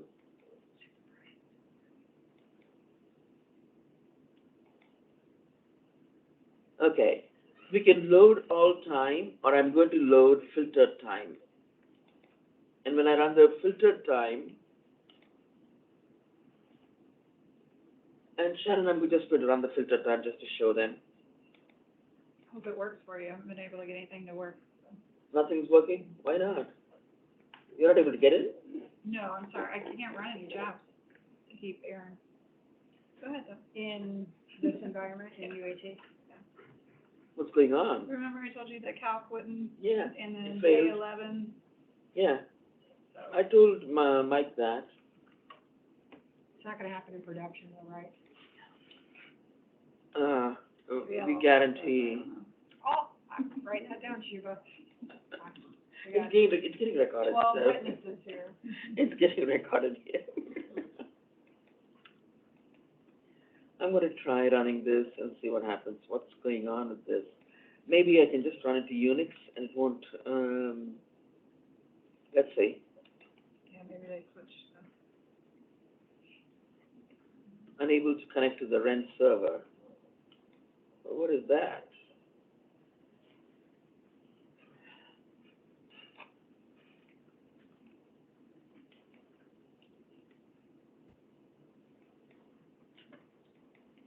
So these two processes that I'm running, if you can see my screen, the first one, the SOITLUNP, any transaction for this payroll period that I'm trying to load will not load if it's an unpaid leave. So it just says TL unpaid leave. If you are in the, we've got this whole issue with the, the payroll requisition number. The system might think, the payroll system might think you're ready to load, but if you are an unpaid leave, it's going to be blocked from going over because it's going to stay in time and labor as unpaid and closed. It'll be that particular piece of algorithm is going to close it off.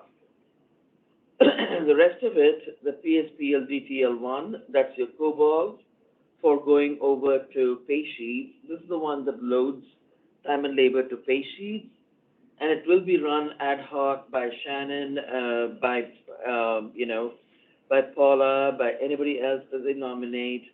If there's a lot of transactions building up during the course of the Tuesday or the Wednesday. And we can take a look at who's on my query and see if that's loaded to pay sheets for them.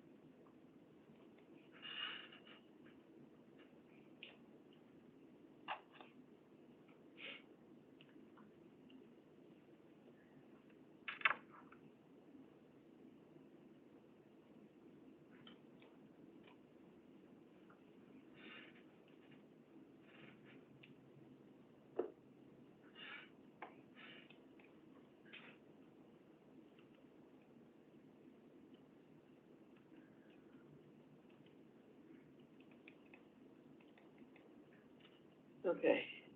I'm gonna let it run, but I'm gonna go through the, process talking through the process while this runs. Hey, Kofi, can you monitor the process and let me know when it's done? Okay. I'm going to go back to the checklist. So once this the payroll error message, once the load goes through, then you'll have, you'll have loads. You already loaded a couple of pay lines, right, with the timesheets? Yeah. Time and labor. So I can take a look at the pay line and show them how that will look when it loads. So what happens on the Tuesday and the Wednesday is when these loads go over, you payroll administrators will have access to an area that we call the pay sheet area. And a pay sheet could have a number of pay lines. One pay line is one employee will get one pay line. So if you look at the way that the load works, it will lose the pay group settings that we looked at. It will go into the load, and let me show you a pay line while this is going through. And Oh, Shiva, it went to success. yeah, It went to success. Whoopie-doo. And let's take a look at the Brian Van Blyman. He's one of ours. And Lyman.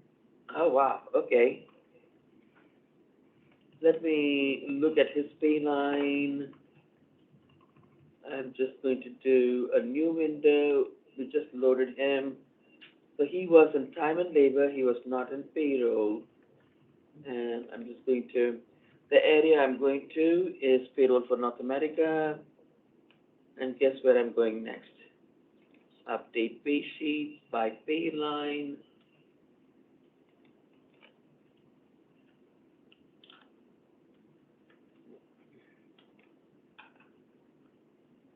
What is his full number? 700. It was 700, yeah. 700.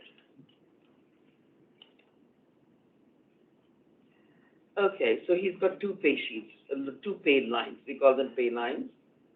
You see how the first one has come in without the OK to pay flagged? And that is because that's the job, where it says job pay, this information is coming from job data. And if you look at this guy, the regular hours, your standard hours have been rubbed out, and the hourly rate is still coming from the compensation tab on the job data. But what the thing does, what the PSPL DTL one load, the one that we just saw loading right now, what that does is drop out the regular hours for anybody, the standard hours for anybody who's getting in a default entry from job data. And then it goes, and if you click on the second tab, you can follow along. You know, if you've got access to UAT, do they have access to get into UAT? Mm-hmm. Yeah, still should have it. You can follow along. You can look at payroll for North America, payroll processing USA, update pay sheets by pay line, and look for employee Flyman. And Lyman. Van Blyman. Oh my goodness. Why would I not get that right? So you see where this row, this pay line has come from time and labor. And you see this little field here which says TL records and it's flagged. That means that time has come over from, time and labor. It is showing the correct pay period. It's only showing 37.5 hours. And that's all he has. You know, the previous load might have taken, but the previous load was shown here. I don't know why it's not showing. Anyway, maybe he only had. So rather than guessing as to what he probably had in the time and labor, you can go to time and labor and take a look. You know whether this 37.5 hours were loaded previously or not. Right. So when you calc this check, the employee will be calculated with 37.5 hours from payable time multiplied by this hourly rate, which is coming from job data prorated down to the hour, And that's why we're calling them hourly and exceptional hourly, because that means the, job data biweekly salary gets prorated to the hour, and it multiplies by the standard hours, multiplies by the time and labor hours, to give you that, Shubha, would you mind looking at an elected official so they can see what a pay line looks like for them? okay, who's this? Tara, Okay. 330573. So this load concept is working for everybody? You understand the load concept? That flag, the teal load flag tells you that it's coming from time and labor. Tara's 330? Yes, 573.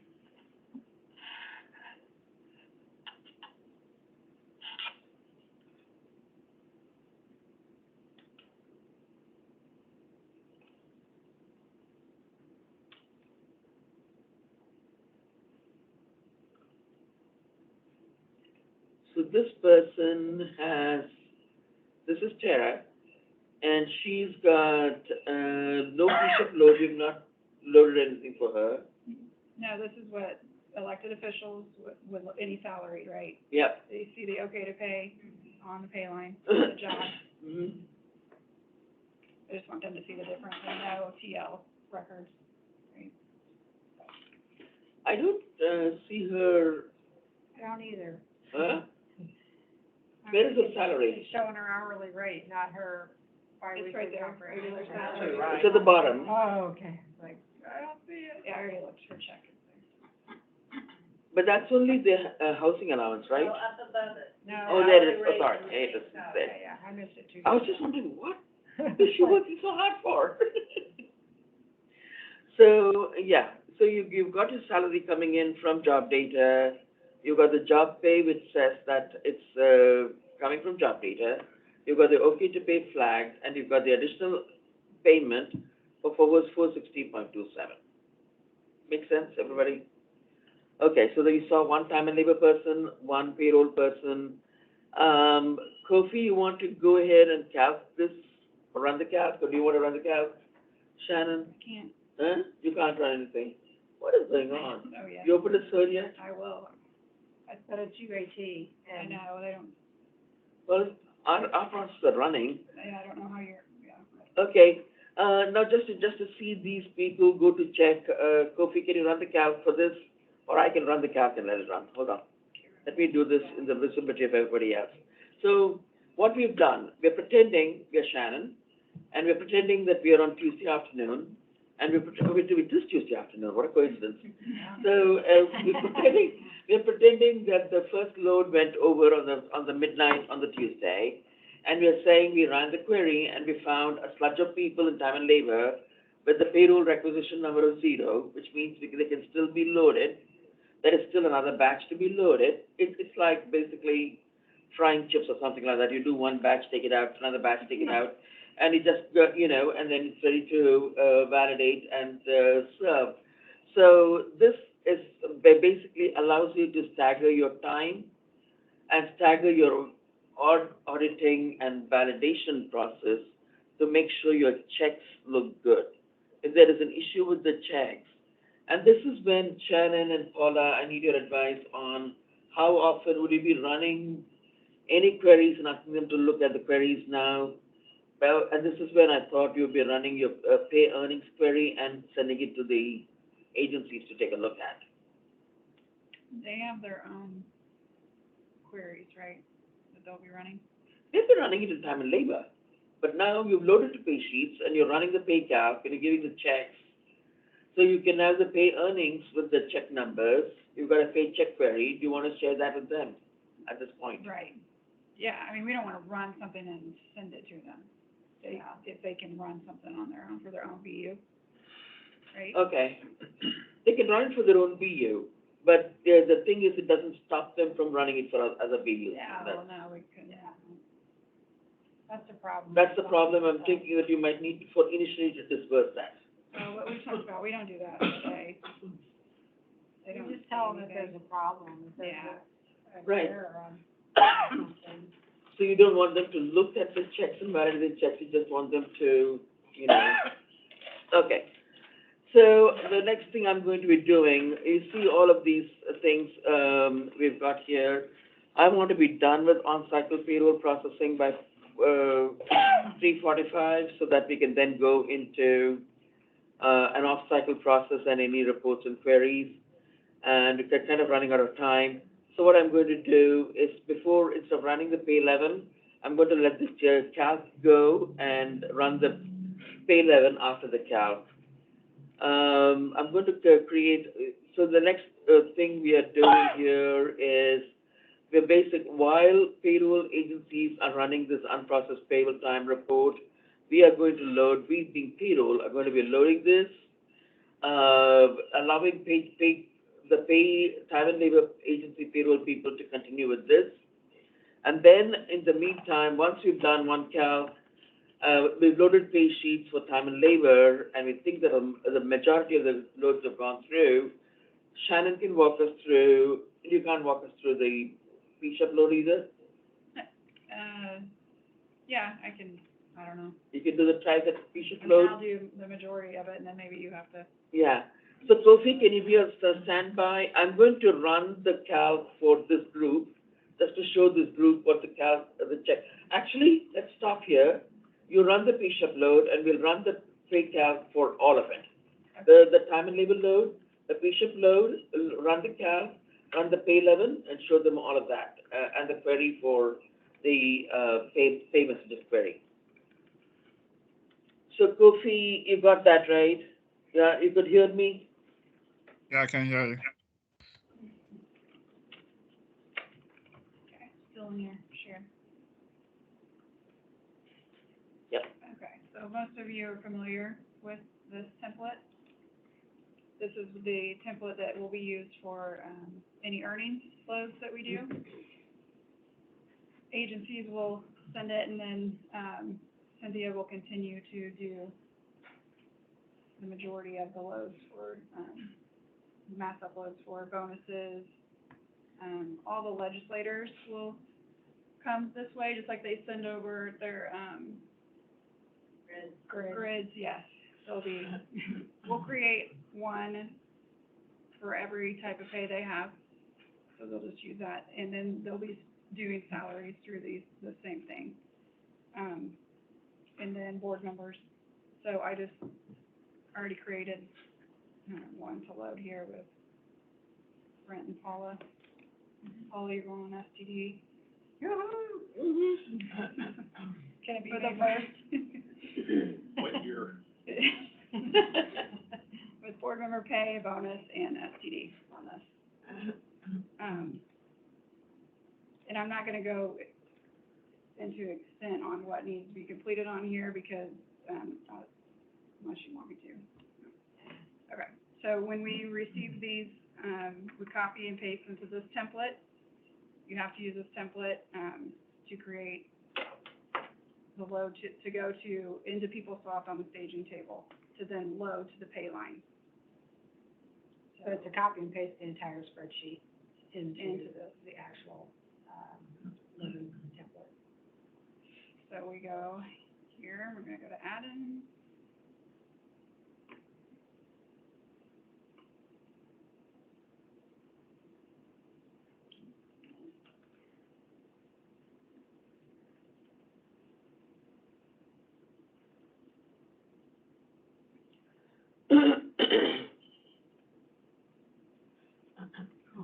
Paula does not want Paula to go on STD. Brent, the heck's on there? Let me go on it. Tonight, I I think think you were.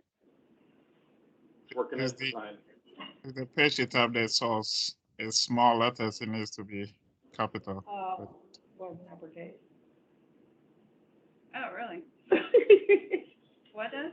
We are picky, man. But the others can be? Strange, okay. All right, well, we don't, it's fine.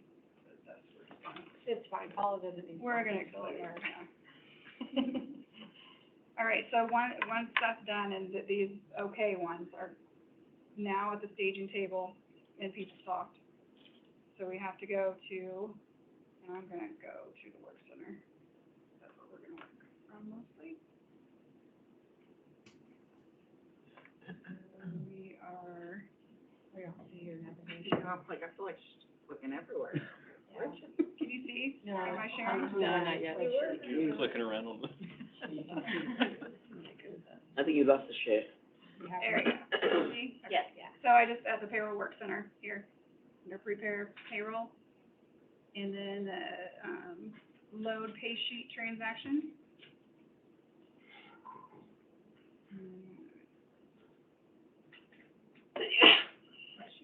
Thank you.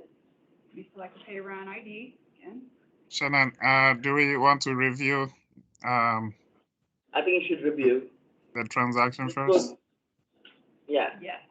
look at the, so what happens here is, when you take that Excel template and load it to PeopleSoft, it loads to a staging table. You can review the staging table and make corrections.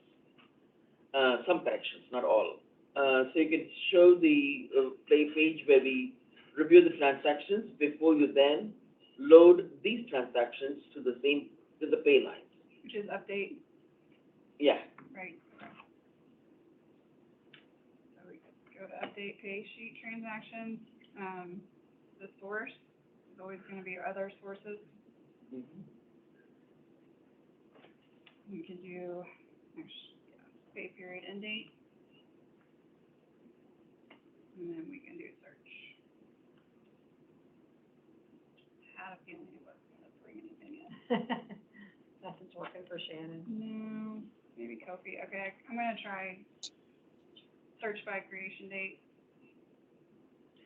yeah, it didn't load. There we go. I don't know, sometimes when I do pay period end, it doesn't bring them up. Done that to me in the past. I have to do creation date. Okay, so Okay. here's the two, from the, I can go back, from the spreadsheet that we loaded. Send it here. And I think each one of you loaded some transactions during UAT, correct? Yeah. Every one of you did, yeah. Not everybody, everybody, but no. not everybody. So these are the transactions, this is the earnings here, bonus and the board member pay. Yeah, and Shannon, the pay end date is updated after you load it to the pay lines. Yeah, Oh, that's why you can't get it? yeah, Oh. because it needs to see the, yeah. Thank you, I didn't never know that. That's because of the payroll ID. The payroll ID is what gives you the calendar. Okay, so we see these are sitting active. Shuba, I have not previously looked at this first, I would look at it after, so. Okay? What would you do here what would it show if they're not good transactions? It would show, I believe, in arrow, can you look at the down, look at the down arrow?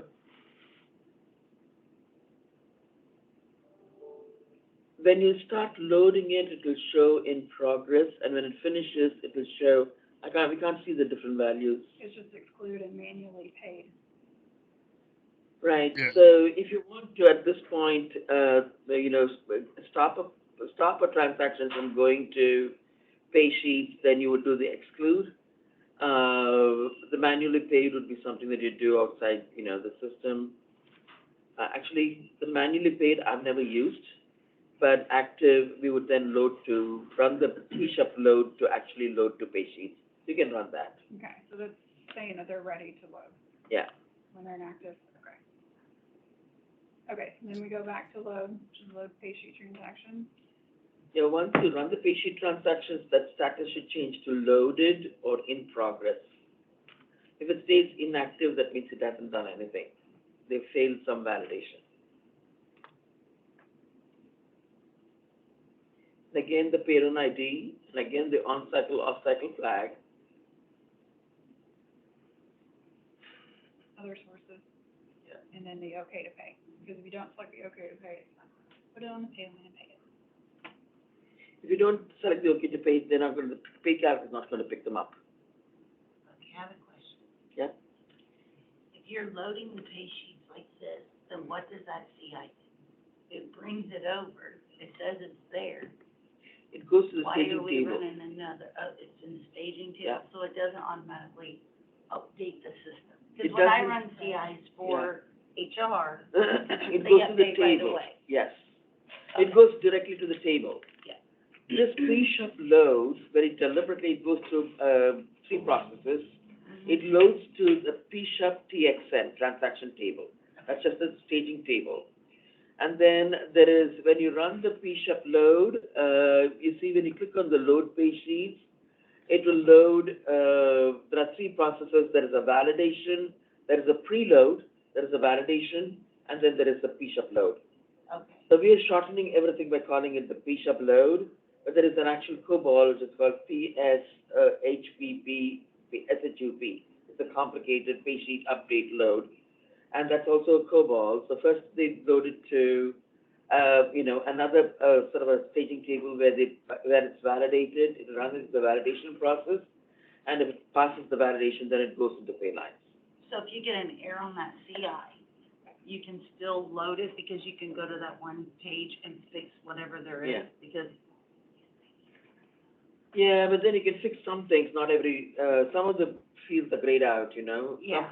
The numbers you can fix. Some things you Yeah, can I was fix. gonna say, I don't even know you can fix on the, Is it all, can you expand that and show that's a staging table, transaction table?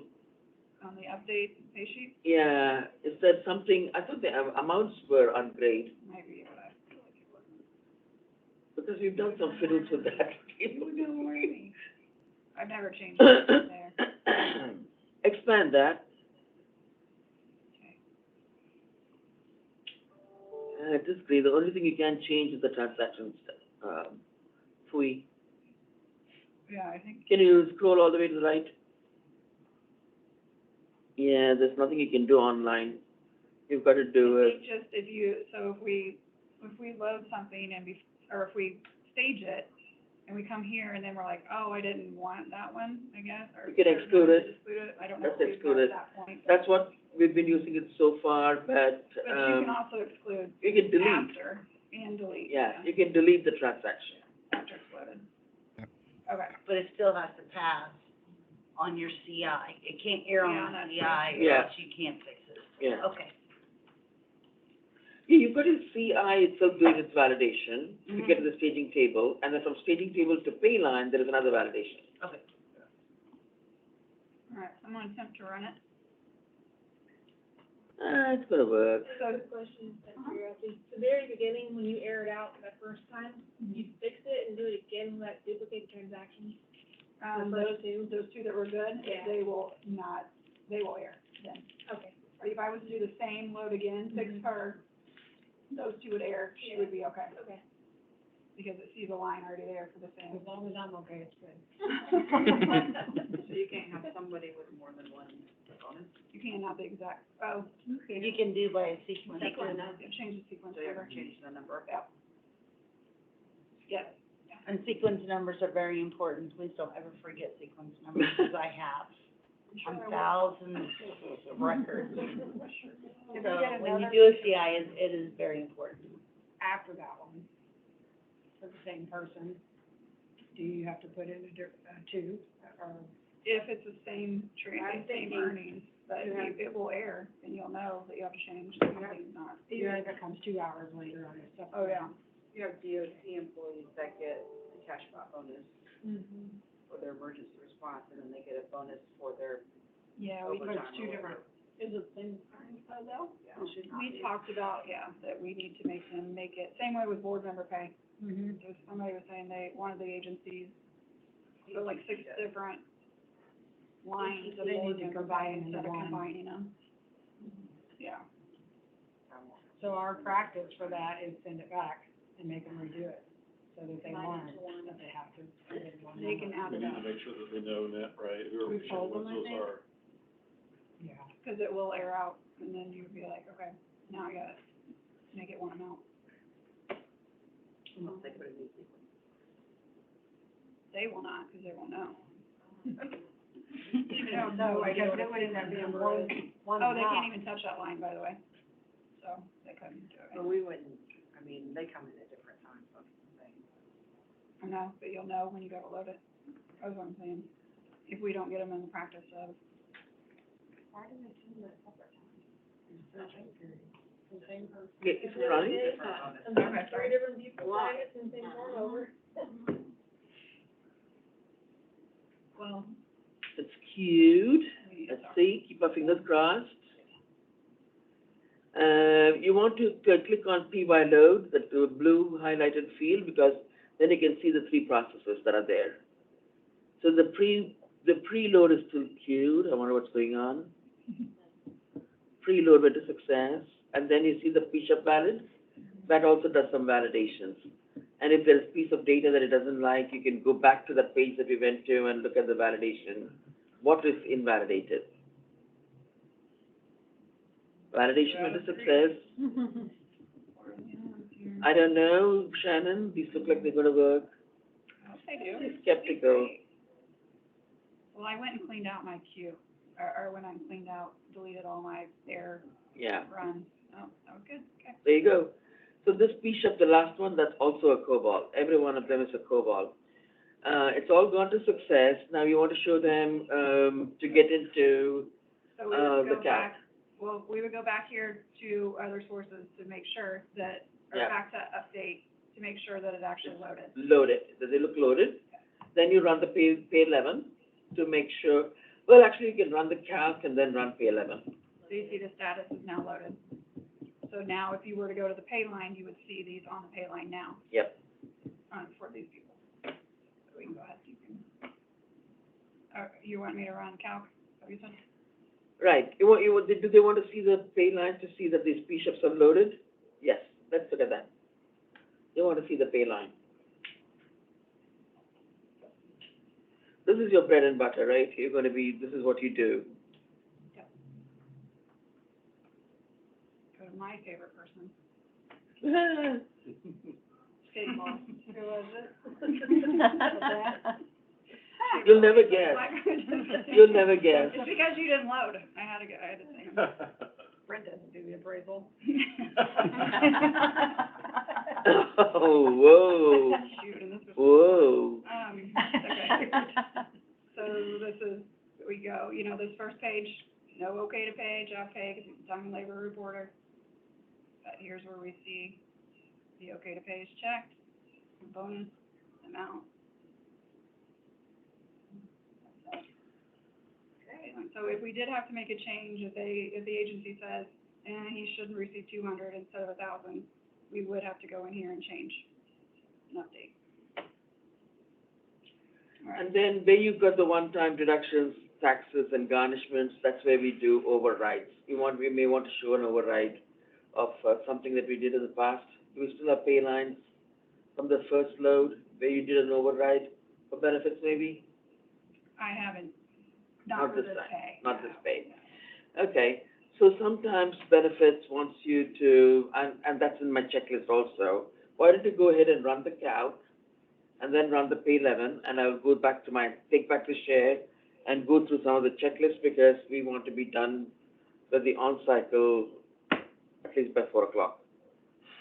Otherwise we'll be here forever.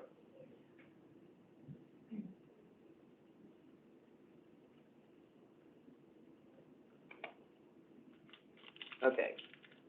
Now, taking back the share. Okay, so this iteration of things that we are doing here on the Tuesdays, Wednesdays, and Thursdays, we are going to be, while time and labor is still being processed, and, we expect most of the time to have gone over to pay sheets by Tuesday, all the time to have been approved by Tuesday evening, 5 o'clock. That's what we told the agency payroll yesterday. Yep. All time should have been done by Monday, all approvals done by Tuesday. So when we load on the Tuesday night, we are expecting close to 100% of transactions to be loaded. But if it's not, Wishful, or wishful. Yeah. But if it's not, then on Tuesday morning, one load has occurred. Tuesday during the day, you can be looking at the payable time with payroll requisition number of 0. There is still time and labor sitting out there, keep loading it, run the calc, run the pay 11, as I've said here, and then do other PSHUP loads. You saw when she was loading the PSHUP that you had a load for National Guards, And there are two loads for National Guards. One load establishes the National Guards in paper, personal data and job data, and the other one loads the National Guards, invokes the same PSHUP loads for National Guards earnings. You'll also have to run the inbound to the pay card, the inbound, which establishes the direct deposits for employees on the conduit inbound file. And one of the other inbounds that you run at that time is the JWF. We're not seeing your screen. I thought I was sharing. You left, you were leaving. You left the meeting. Oh, wow. If you were done, you said, I'm not going to 4:30. Okay, then we might need to not stop early, but actually go over. So these are all the inbounds that I'm got listed here that need to be run. If there is a PSHUP load for, where, Yeah, you left the meeting. What? Well, she's in the meeting. I'm in the See meeting. anything. She's just not sharing. Am I not sharing the right window? Yeah, I don't see that you're sharing anything. Can you all see my spreadsheet now or no? No, I don't think you're in the meeting. It's Oh. a Yeah, you need to Yes, it's really. Okay.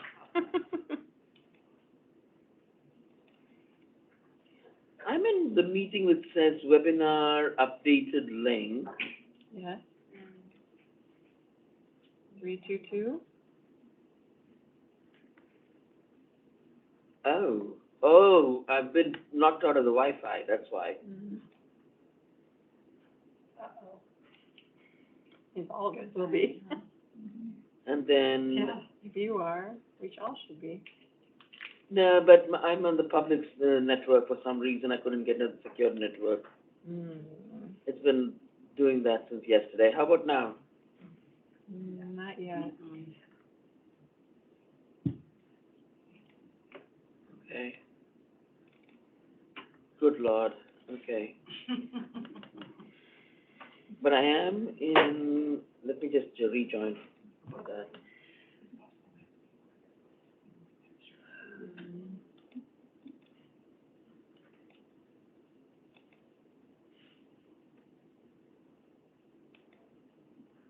I'm leaving the meeting, so you can't see me leave. I'm rejoining the webinar, updated link. Rejoining, there's 32 people in there, 24 people, and you have to use your mic. That's fine, you should mute my mic. Okay, now let me share again. There. Ah, okay, what a relief. So where I was here is we had already done, load pay sheet transactions had been done. Time and labor is continuing on Monday and Tuesday. We're still expecting a tidal wave to come in on the Tuesday night. Pay sheet transactions, one load has come in, other ad hoc loads are being run by Shannon. And then you've got the inputs to PS file. That's not going to be you, that's going to be batch. Deferred compensation, all of these are going to be run by batch. I should highlight them in blue in my checklist. This is the National Guard file, this is the National Guard biodemo file to establish National Guards not in the system today, to be added to the system so that they can get paid. National Guards, which are going to be PSHUP loads for the money, for the earnings part of it. The pay card information to set up anybody in, in the direct deposit system. That's on batch 2. That's on batch 2, right? JWF is on batch. This is also on batch. Where you guys will come in is if the batch fails, GMIS, the batch group calls you and says that you will be needing to fix this error, whatever this error is. It might be data error. Reach out to the benefits team, see if they can help you. reach out to the technical team, promote somebody who can help you if there is going to be an issue with the data or the programming. But most of these have been running, we've been testing them, they've been running. The HSA initial contributions, the free funds, yes, Sorry, real quick, the Yeah. JWF and National Guard, although they come in and load to the staging table, we still have to run the PSHA, run the PSHA flow. yeah, Just so they know, that is a process we will still, right. we have to run. That's JWF and which one? National Guard. And Yeah, just- if the batch fails, the GMIS team will take a look at it and we need to fix. And then if it's data related, we would reach back out to the business to make sure that they correct any data related issues. If it's anything else, then we'll take care of it and restart the batch.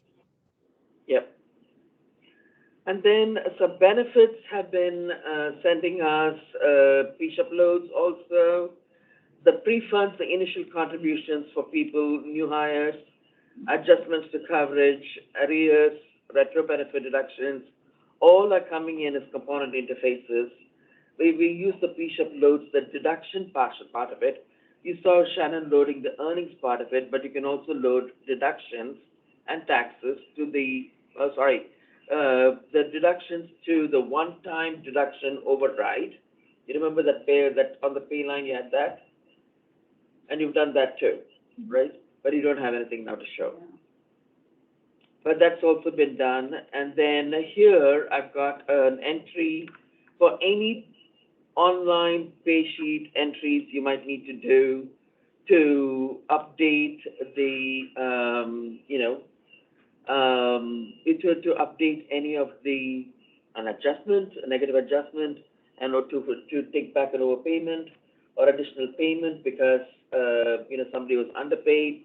So you run all of that, and you should technically run the Pay 035, which is the pre-calc audit. I think we can skip that step now, but it's in the checklist for you to all to look at and practice with whatever system that you've got access to while you're waiting to go live. Why don't you go and run the preliminary calc, and we'll show them the checks. Yeah, I'm running it, but it's taking, there's checks out there though. if you wanna There do is? that. Uh-huh.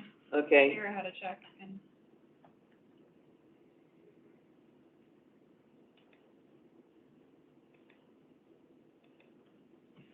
So, and she's an STA, right? Yeah. So let's go and take a look at company, pay group, pay and date, payroll for North America, payroll processing USA, produce payroll, and review paychecks. You go to calculate payroll, which is where Shannon went to run the pay calc, the review paychecks to look at the paychecks. So company, SOI, pay group, STA, pay end date, 03/05/2022, and this is not an off cycle, so I'm just going to run search, and I've got 56 checks, and let's say, oh, the governor has a check, thank God. And so you've got Tara's salary. You remember she was salaried, and she came through, and if you look at. But we did, so she's got her salary came through. We had a housing allowance for her on the pay line. That's been paid as well. So her gross now includes the, her normal salary, which is coming from job data, and the housing allowance. The other guy that we had was Van Flyman. Issue, but calc hasn't finished yet for him. What's that? Calc has not finished for him. For the next one, yes. I would ask her a question on Tara, Oh, because she's being paid through job, but she does report the vehicle in time and labor. that can still come over. So come in Yeah. and not, Yeah. in it. That can still come over. Okay. Right. So you remember when I showed you the pay group, I showed you reg as a main salary account. So as long as you don't try to pipe in reg from time and labor for a salaried employee, that won't go through. Okay. Because it's a PeopleSoft internal checks and balance to make sure that you're not double paying them. It's a clever system. But if you're going to send anything else, they might get comp time, they might get sick leaves and vacation paid, all of that can come through on time and labor and absence management. The only thing that cannot come through for a salaried employee is regular pay. Because you can't, Yeah. Okay. So review paychecks, and that this calc has not gone through yet. Well, they said it was out there. I saw him when you were reviewing paychecks. Is that it? No, No. she was saying that check is out there. You can go look at him. Oh, okay, who's, all All right. right, show him still running. So, and I forgot his number. 700. My goodness, these guys have steel trap memories. Oh, there you go. He's got one for 3/5/2022. And let's see if you come here, down here.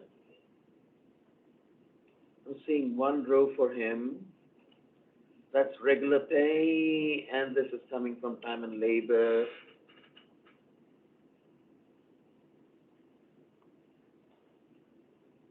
And this is his hours from time and labor.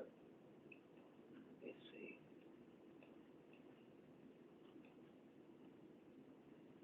So he's been calculated as well, and this is what his check looks like. We didn't do anything with deductions, and he's got his 18 rows of deductions, what Kofi was showing you, all where you can go and check an employee's enrollment. If you don't see something you expect to see for an employee pay deduction or an employer pay deduction, you can go back and make sure that it's there. Now, I've introduced you to one query. Let's run the pay over 11, see what kind of error messages that puts. You want to take charge of that? The pay 11, and then I will also show you the queries that we've got for pay, and then we'll finish the checklist. Because we are in the throes of payroll processing, each of you will be doing this over and over again, looking at the data, checking for errors, going back to the agencies, getting corrections for the data and the errors, and then rerunning PayCal until ad hoc. And I don't think every one of them is going to be given access to run the PayCal, but many of them will. Right. Given the sizable number of checks that you've got to validate, it might be that you give more, decentralize some of the ad hoc calcs. You have the calc running by batch, overnight, every night, but then you can also run ad hoc iterative calcs. So it might be a question of who can take ownership of that. You're going to run it by pay run ID, so you can run it, for the whole group once.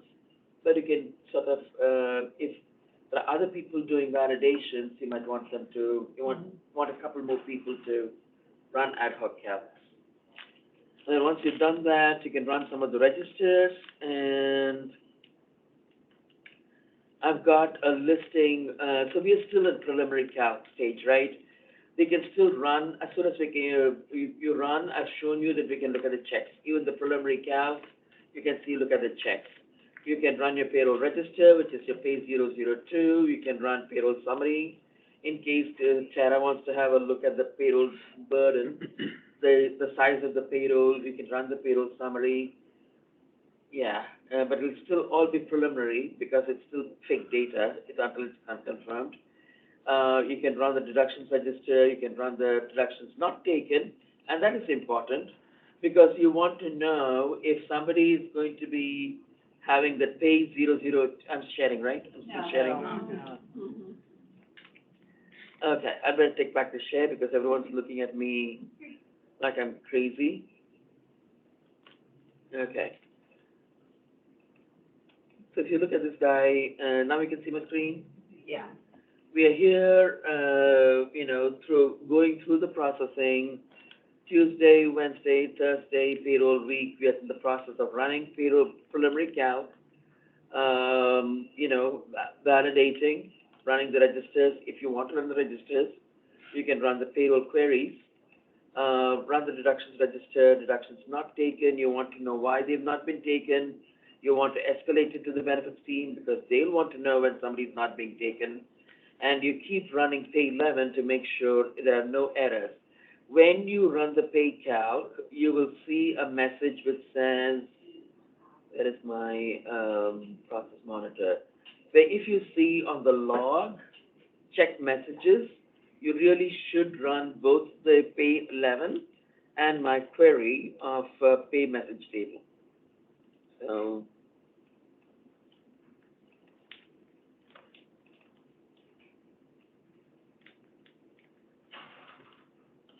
And Shuba, you're saying run both because, I mean, the output should be the same, it's just in a better sortable in the Excel file, right? Yeah. But- yeah. And you can, it's easier for you to pass it out and send it to people, you know, in an but we email. don't have that with the registers. With a PDF, you don't have that, no. It's a PDF. So hers went to success, but I'm not going to have access to that. But we won't be able to Oh, I do, actually. send that. What's the query? The query is, basically the HR, SOI 92 underscore PY underscore pay message. But let's look at the pay 11 first and see that's what it's bringing up for this guy here. Well, there are some payroll error messages. It's one page. So you've got a bunch of people. And it's all tax again. We didn't resolve the taxes. What's that? I just said that's the first, it's been one page. It always shows up as special accumulator. Usually we get dozens of that in testing, Yeah. because we had a larger population. Now we just loaded, 433 rows. Which Is what that it- person at the bottom? You are my sunshine. Sounds like Brandy might have created. Yeah. Sounds like Brandy. Okay, so the tax data needs to have been corrected before you rerun the pay calc again. And that's what you guys will be doing, right? Fixing errors, talking to the agencies, rerunning the calc, rerunning the pay 11 until the whole thing is clean. So once you've done that, the queries I've got for that, check pay calendar. I've got a little check pay calendar for, there. You should be on the pay calendar. You remember I showed you preliminary calc was flagged. Until it'll just stay there. As long as you're running preliminary calc, it'll just stay that way. When you run the final calc, it'll show you pay calc run, which means it's final. And then you can run a couple of queries to make sure the time and labor is loaded reg for all time and labor employees. But that is an iterative calc to make sure there is no more. You remember that query that you run, the agencies run for the regular time, regular OT per BU, active employees, no time, active employees, less than schedule. Time and labor will keep running that to make sure there is nothing that we still need to load. Shannon and Paula, you can still run that time and payable time payroll recnum. That query, it will tell you if there is still transactions stuck with the payroll requisition number 0 sitting in time and labor, right? So that's a nice one to run. So is that their payroll query, or is that the SOITL? It's an SOITL query. Okay, that's the one with the rec 0 that we went Zero. through, Paula. Correct, now 0. That we just ran and showed 433 Yeah. rows, right? It just, but this is wisdom that both sides of the barrier can run, because payroll needs to know there is still transactions sitting out there that didn't load. If it didn't load, that the person is not going to get paid. Right. So there are 433 people who had reg time, 433 rows. Each row, 10 rows represent one person Right. minimum. So that's 10 days of payroll period, which means roughly, 40, bless you, God bless you, 43 people, which means 43 chances of going in front of the camera. Right. So anybody can escalate to the news media, right? So be careful. And, and then we've got all of these deferred compensation. This is when you run the deferred compensation query. So let's take a nice little segue into running some of these queries. and I'll just spotlight the ones you really should know about. There's a lot of troubleshooting stuff there, and we can do a sidebar meeting to look at those because we can come back to that also. We've had one session on queries. We can have a couple more. But here, when you go into your navigator, you can go into Work Center, right? And have the queries. So let's go to the Work Center, and I can talk through the queries.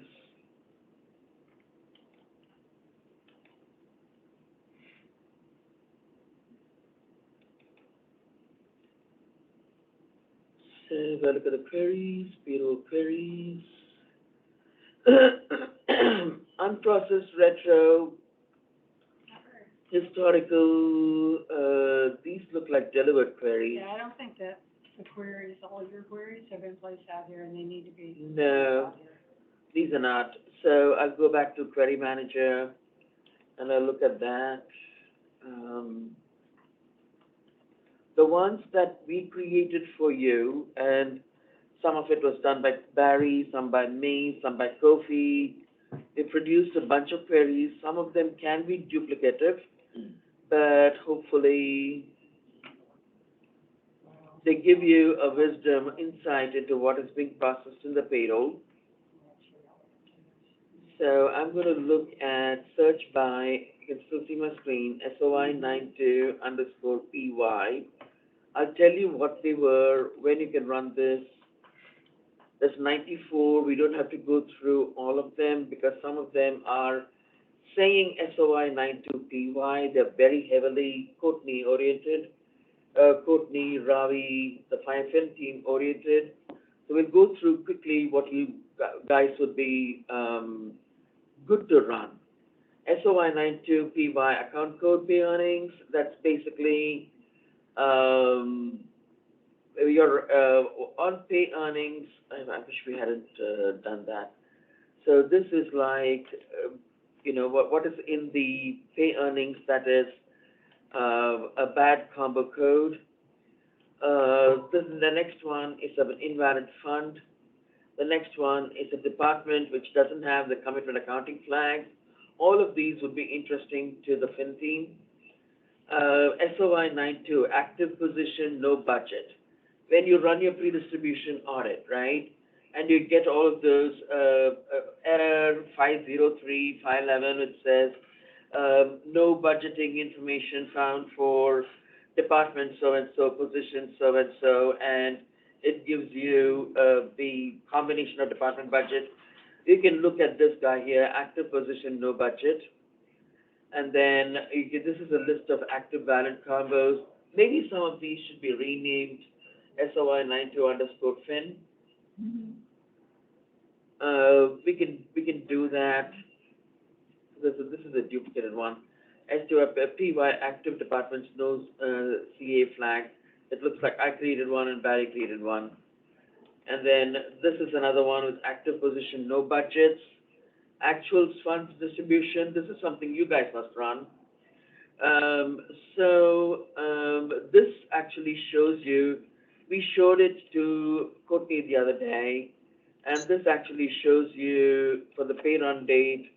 This pay run date, we've not gone to the point of running to confirm, but when you have run the confirm and you've distributed payroll, this will give you what the chart fields are that your earnings and deductions and taxes have been distributed to. But we also have separate queries for that. I won't drain that right now because we've got a lot of other things to look at. So I'll go back to SOI92_payroll.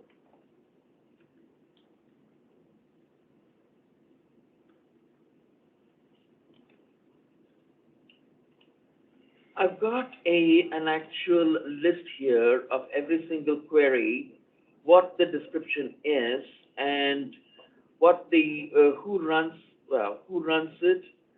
The who runs it can be something that we can change, and I've got a column for triage which I've not filled out yet, but that is something that you can definitely look at when this runs. So have you had a chance to look at this?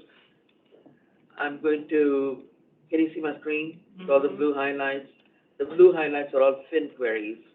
But equally, we've got SOI 92 fin, SOI 92 underscore PY, SOI 92 underscore TL. It tells you what the query is, who runs it, and when it should be run, what does it show. So all we have to do is to look at the triage steps, and we can work that out together down the track after we've gotten through this dress rehearsal stuff. So this is the full list of queries that we've created for you. And Paula, maybe I can send it to this group and have you look over it and tell me, which ones you'd like to go through. But I'm cherry picking the ones that we really should be looking at. Commitment accounting, positions, no budget. We'll leave that to the fin team, the AP extract, agency payroll. All of those we'll leave to the fin team. Now here, you've got paychecks not calculated, paychecks not confirmed, PPE deductions, pay period deductions, pay period garnishments, and then the conduit employee outbound, the deduction, all of this is deduction account mapping, all of this is finance. Account mapping, Shannon, that is something you might want to run. This we have been running to see which deductions are set up for partial processing. Deferred comp less than 15, definitely you should be running it in between calcs because you want to bump up override the deductions to make sure you're bumping up those employees to $15, right? So that is something you must run. And department budget, all of these are finance. Then the direct deposit type pay card. All of these, let me look at the full list of queries. Sheila, can you, pull up, what are the ones that Elizabeth created, what are those? SOI, they're not 9-2, she created SOI, because is that gonna have like stuff for child support, things like that, just SOI underscore PY, yeah, and then it's SOI underscore PY. SOI underscore PY underscore what? Just pull up SOI underscore PY. I just wanted to. Okay. what's So on there. these I will shortlist for you, and SOI underscore PY underscore. I just wanted to see the list and see. There's 26 there. There's a benefits The query. garnishment amount by court, terms for court. Okay. Scroll on down, Sheila. Gross over 5,000, bonus rows, another one for gross over 5,000. Okay. Garnish amounts by code. These are useful, they're not duplicating hours, so they can These be, are ones we have for, processes that we run, but where is the one, what's gonna show Jess, when she needs to adjust child support payments? What's that one called? Over 15, over 25%. She doesn't, it's prorate, this is some, So, yeah, but, the system does it, but there is a proration report. I feel like I've seen something too, like, It's actually in, okay. so do you want me to go in and rename this SOI 92 underscore PY so that they're all together for you? I think they probably should be, you guys agree, what do you think, Shannon? yeah. Everything is SOI 92. So what we should do is all the fin-specific queries that are still named SOI 92 PY, we should rename them SOI 92 fin, so that we know that it's Courtney, Clay, Give an idea of looking at it, who applies. Yeah. Right. Should be running out. yeah. And there's a lot of description up there. If payroll is expected to run any of those. Yeah. So if I go back to my SOI 92 PY, There's a bunch of troubleshooting for, checks not calculated, checks not, paid checks not calculated is misnomer because your calculation has to go through before it comes in. But checks not confirmed, this is a good one to run. If you look at the calendars when you go through all of the pay cal processing, and by Thursday night, you're trying to run confirm, enter a final cal, and you get a message that says, all checks have not been calculated, and the payroll cannot be confirmed. It's going to stop you right there. So this will tell you what checks are still there that have not been confirmed, and all the people that we've been running 3/5/2022 for. I suppose we should be running this. All the judges are coming up. There's a whole bunch of people coming up whose checks have been created but not confirmed. So this will let you know if there is somebody who's sitting in an unconfirmed status, which is stopping the confirmed from being 100%. And then you have also, if somebody who's not gone through final calc status and is stopping the the final calc from going through, there's a query for that as well. The one that I was talking to you about with respect to the pay message, let me look at that.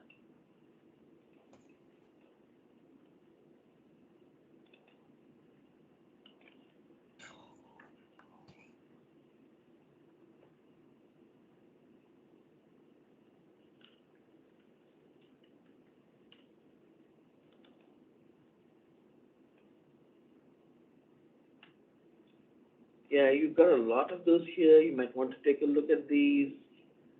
Pay message by payroll. We've got 3 for pay messages table. We'll take a look at the by PPE, which is pay period end date. Run this, and you can run it by 03/05/2022. We just ran the pay 11, and we saw a certain number of tax-related errors.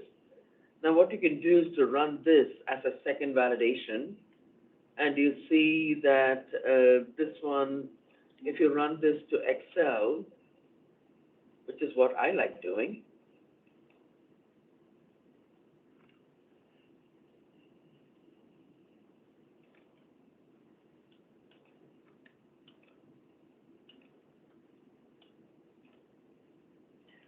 so if you slide over to the right, this gives you a little bit extra information. It gives you in a linear format with an earnings that's problematic.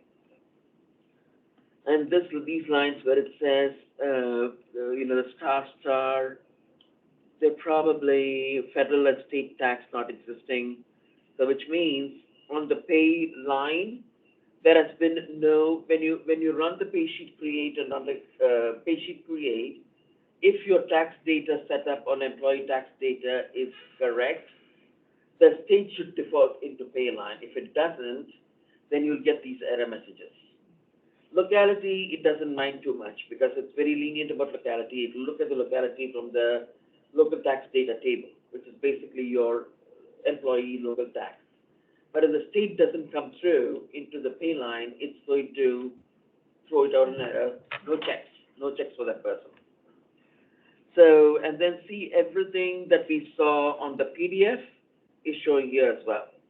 No state tax data, no UID jurisdiction, no federal tax, no tax distribution, blah, blah, blah. It's the same people. Shub, on that other query where it had all the judges, why are those kicking out on there? They're not confirmed. Those are not confirmed because they're part of this payroll, which we haven't. The current one. Yeah. Okay.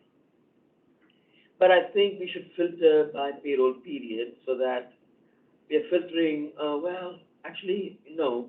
See, when you look at all of the checks that have already been confirmed, you're only interested in the latest open payroll, right? You don't care about the dead payrolls, the done payrolls.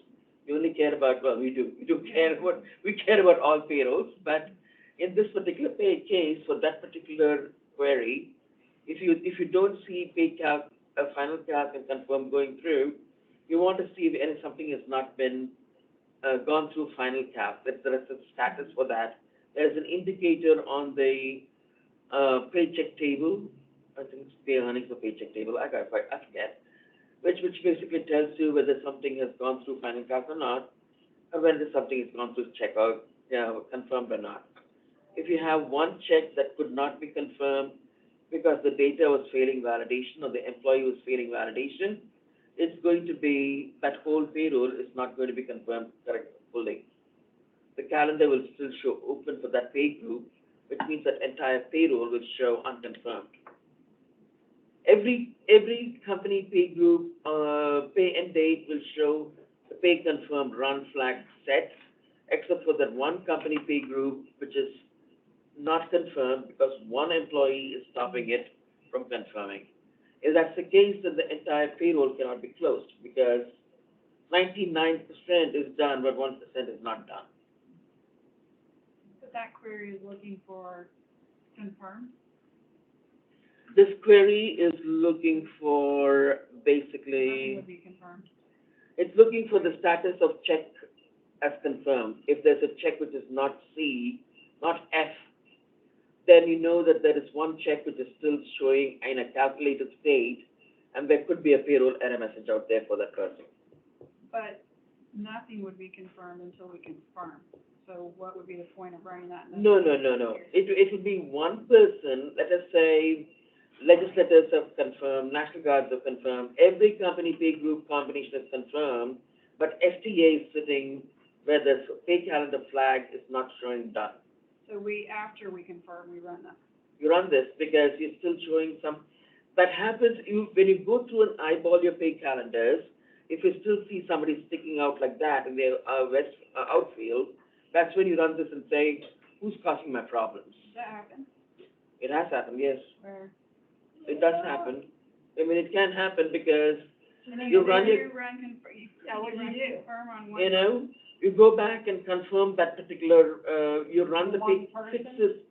No, you can't do that because you're running it by pay run ID. When you run it by pay run ID, confirm that, you have to do a final calc for that because there could be a piece of data that is incorrect for that person. You'll have to rerun the corrected person's data, run final calc again. Remember, you've run final calc once or several times. You have to run final calc again and run final confirm so that you're closing out all the calendars like that. That would get picked up in the pre-confirm audit. You'll have lots of red flags along the way, you know. You've got pre-calc audit, you've got your payroll error messages. But at the pre-confirm, I have seen that where it will confirm all, showing they're all confirmed except for STA. Yep. Oh, STA is because the, there's a problem, there's Yep. a check that's not.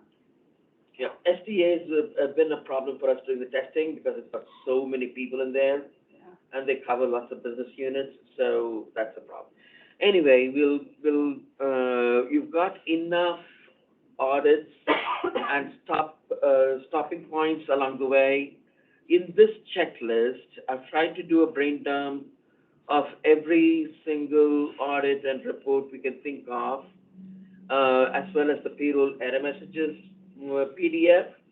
And in wherever there is a payroll PO level, I'm also going to put in my Excel, my query, so that you know that, run the PDF, eyeball it, see how many business units are affected, then go into this. Because this gives you, it also gives you, in a sortable, filterable Yeah. fashion, what's available. Once you've done all of your check pay calendars, pre-confirm audit, you're right. If somebody's sticking out like a sore thumb, data can be fixed. Even at the stage of pre-confirm audit, you still got all your checks and balances.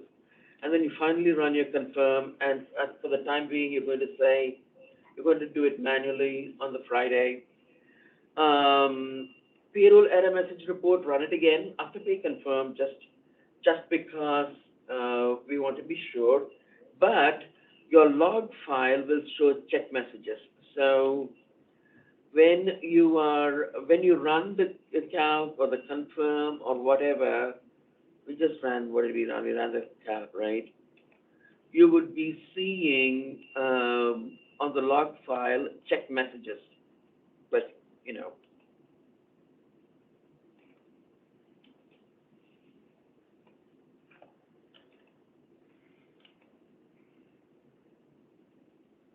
Oh, the batches run and created so many other. So I'm looking at the pay calc run here by Shannon. And if you look at this guy here, click on view log trace and click on the log file. You see how it goes through checking company pay group, company pay group all over here. Everything seems to have gone through. It tells you how many checks have been calculated. And Is there a total at the bottom of this sheet? what's that? Is there a total at the No, bottom of all checks? you see where it says check messages? Mm-hmm. That means you're going to have to run your pay 11 again, and you're going to have to run the query again. So that's when, there's no grand total, but it tells you by company and pay group, and you see the issues are with STA, pay group STA. Yeah, knowing what we know now, we would have done that a little differently. Yeah, we were so hell-bent on, consolidation and rationalization. We'll see how the first couple of, few payroll goes. But if we need the payroll to stabilize. We need, the system to stabilize before we make any changes whatsoever. But I think if it goes through, it's done. 90% of the payroll is done. 95% of the payroll is done. It's a question of cleaning up the data that has gone before. Mm-hmm. So we've now come to pay confirm. Pay confirm has gone through, and if you go back to the checklist, we are run through the pre-distribution audit. And I think that's going to be owned by the batch. If the batch fails, then Paula or Shannon would be notified. I think Brandy spoke about that. And you have one more chance. I don't think Courtney's team, AOS Fine is going to be updating the chart fields. They'll ask you, the payroll group, to run the chart fields, to update any chart fields that might have been incorrect in the PSPP fund. So where you go to, after I talked to you about the pay confirm, I've talked to you about the actual distribution. Where you are looking at for actual distribution is, this is where, I don't know who will be taking charge of the actual updates to any chart fields, but until the pay GL02 runs, the GL interface runs, you can actually see on the payroll distribution page, a payroll for North America, payroll distribution.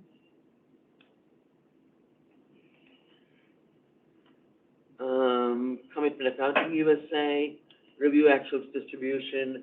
If you go here,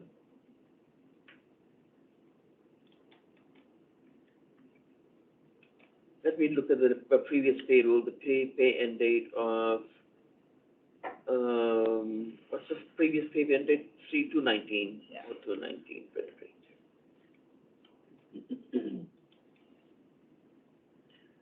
So if you look at this guy, right, until the GL interface runs, this will be ungrade for you. So you can correct amounts. You'll be asked to do this because all of this still comes under payroll. I don't think Courtney has said she would take charge of this, but this will, if PSPP fund runs and we send her, I've now given her, Teresa, asking them to run or take ownership of the queries that Barry used to run, because that is something they can run and slice and dice themselves. Like your pay earns list, your pay deduction list, your pay tax list. It tells you what chart field string or speed type that's been coming from time and labor processed in payroll, processed through payroll processing and gone through the distribution process, what chart field it's being, charged to. when we done this whole thing, the communication I recommend is to, throughout the process, keep Courtney and Clay and others informed of errors you're getting in pre-distribution audit, which you can fix. When you get to that point, you want to run the distribution, before you run the GL interface, you want to run the pay earn dist, pay debt dist, pay tax dist, and you know those kind of queries, you know those, and she also knows that, Teresa knows that. When you run those, it will show you these transactions, and if she thinks that a speed tag should be changed for the transaction, she'll come back and tell you guys to do that. It might be a little manual, you might be able to handle, given that you're in a time crunch, right? It's gone over, this is the Monday after payroll, you're busy making sure that the NACHA file is going over. You want to make sure that if you want corrections made, it's going to be a little difficult because the page GLO2 has run. So if she wants you to make changes, and I've warned her that the window is very limited. If in the batch, we have scheduled the PSPP fund, which is the actual distribution to run on the Friday evening, followed immediately by the page GLO2, which is the GL interface. Once you run the GL interface, this page cannot be updated. Right. So the window that you've got is really Saturday and Sunday. Well, not even Saturday and Sunday, right? Basically Friday afternoon. Friday afternoon. This is really because it kicks off one right after another, right, on running them? Right. So that's something you need to think about. I mean, do you want to make changes here? Or the other option is, if something is really wrong, they've got reallocation, You have to reallocate. they've got to do the reallocation. Yeah. Or if they want to have the patience to come back and do the off-cycle, go through time and labor off-cycle, do a prior period adjustment to adjust that. Employees cannot do it. An agency payroll person must be instructed by the finance guys to do it and go through the whole process again. So the only other topic that we've got is the off-cycle. We've done with the on-cycle. Are we agreed? Yeah, we're done with the on-cycle. The only thing we haven't talked about is the accounts payable information.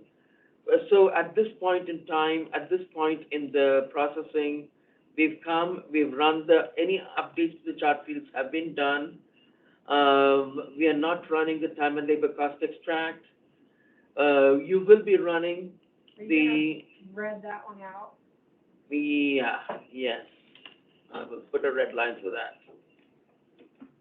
Not being run anymore because they're seeing too many discrepancies. And then you'll be running all your advices, your PDF funds, your pre-notification report, the DDP 005, the DDP 006, which is just a memo of all the people who have been sent on the pre-note, who are going to be sent as pre-notes on the DDP 001, the NACHA file. The NACHA file, which goes to PNC, will carry the list of the people who made direct deposit changes, which are needing to be pre-noted. And that's what's going to go in these reports. You can run these reports for that. I've listed them and given you the navigation of how to run them, and Shannon has been running them. On the same batch that runs all of these processes, it's a busy night for the batch process. It's going to be running through all the pay confirm, PSPP fund, pay GLO2, accounts payable integrations. It's going to be running the vendor files. It's going to be running the conduit file. It's going to be running the direct deposit create and the check create for the self-service. All of this needs to go through correctly because the next morning, employees will be pouncing on review paychecks to take a look at their online paychecks. And that's when the phone starts ringing. On Monday, you start getting, I worked in pay offices, so that's when the phone starts ringing about corrections and additions you have to make on the off-cycle. You good? Do you need to remove the reconciliation because we don't?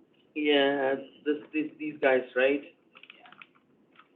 we're not gonna be running those either. Alicia says we don't need them.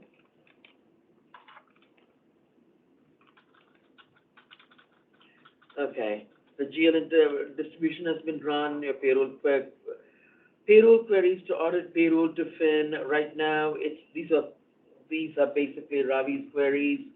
They go on both sides of the, the wall, and they're running against, both, just to reconcile, if something wasn't TL, did it go over to, general ledger, the same string? And so those are fairly complicated queries. I believe they've been built. I'll have to check on the fin team will be running it. Your team will not be running it. So that's a relief for you. The only other left items that you will be running, and that's Shannon, that's a batch process. Unless it fails, then it becomes a Shannon's issue or a Paula's issue. And that is basically run the commitment accounting, non-tax deduction extract, send the vouchers to payroll. We've been doing it over and over and over as part of the UAT testing, SIT testing, every other testing we've done. And then review the extract lines before you send to vouchers. One piece that I don't have here for the details is this guy. So if you go, when you've got spare time, quote unquote, you go into the state of Indiana here.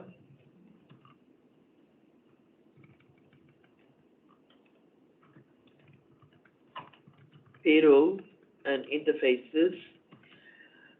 All the inbounds that are coming into the payroll and which are listed in the checklist, they are there.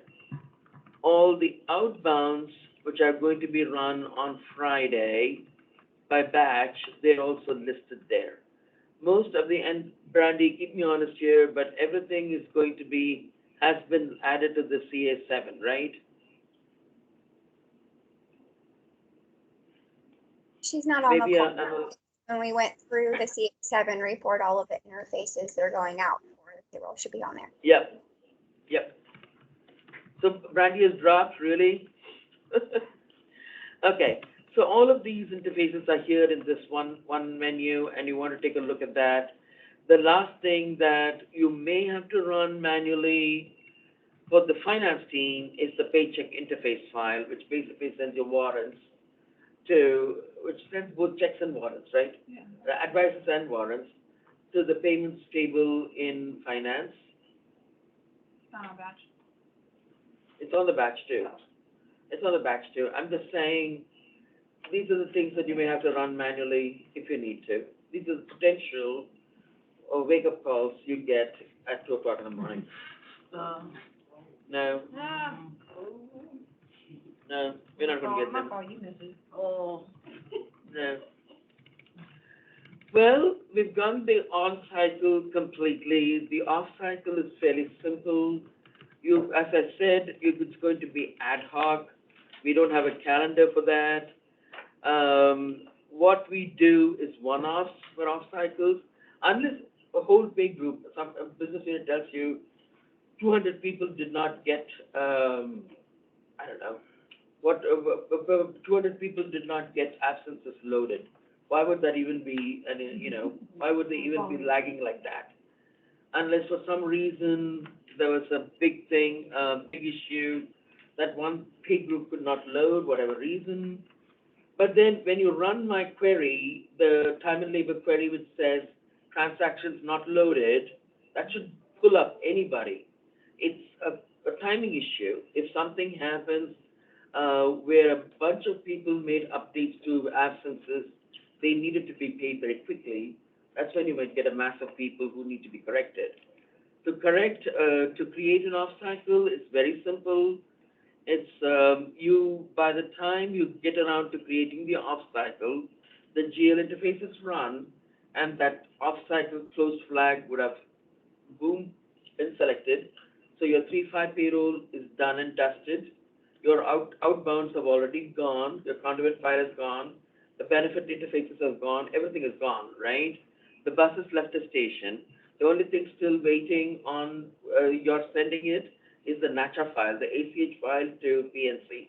That's the only thing still pending sending on the Monday. But everything else is gone. So on Monday, if corrections have to be made, and the phone will be ringing off the hook on Monday, I'm warning you because payroll is payroll. You go to Payroll for North America, Payroll Processing USA, update pay sheets by pay sheet. Then it's very simple. You add a new value. I'm going to clear this. Add a new value. And right now, I'm just going to pretend that 3.5 is the next open payroll. As long as you've got a pay line, pay run IDs attached to that, you can do an SOI. Oops.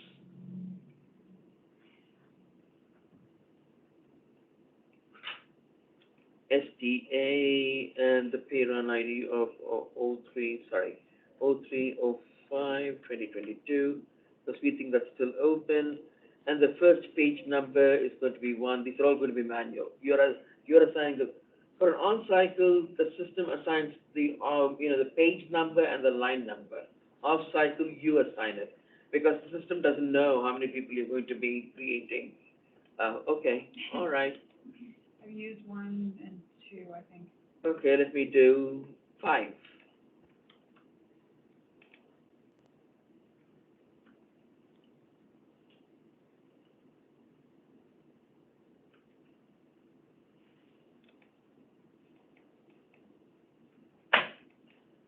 Off-cycles, we are not creating off-cycle calendars. It's overkill, and it's a lot of fiddly, organizing to do. Here, Joe Blow will come and tell you that his vacation didn't go through, or his FEMLA didn't go through, and his FEMLA is hitting some paid leaves. That's going to keep him afloat during his LTD or STD. So you will need to enter Joe Blow's FLID, the check date, okay to pay. It's very manual. You'll have to run is it going to be vacation he's going to be hitting, or the sick leave bucket that he's going to be hitting. So you've got to make sure that all of this is entered and basically save it and keep it ready for baking. But when you have about 5 or 6 by the middle of the day, wait until the middle of the day. If you have about 10 of these collected, then maybe you want to run a calc and confirm. But if you want to do it 1 season, 2 season, you'll be doing it all the time. That will be running your life.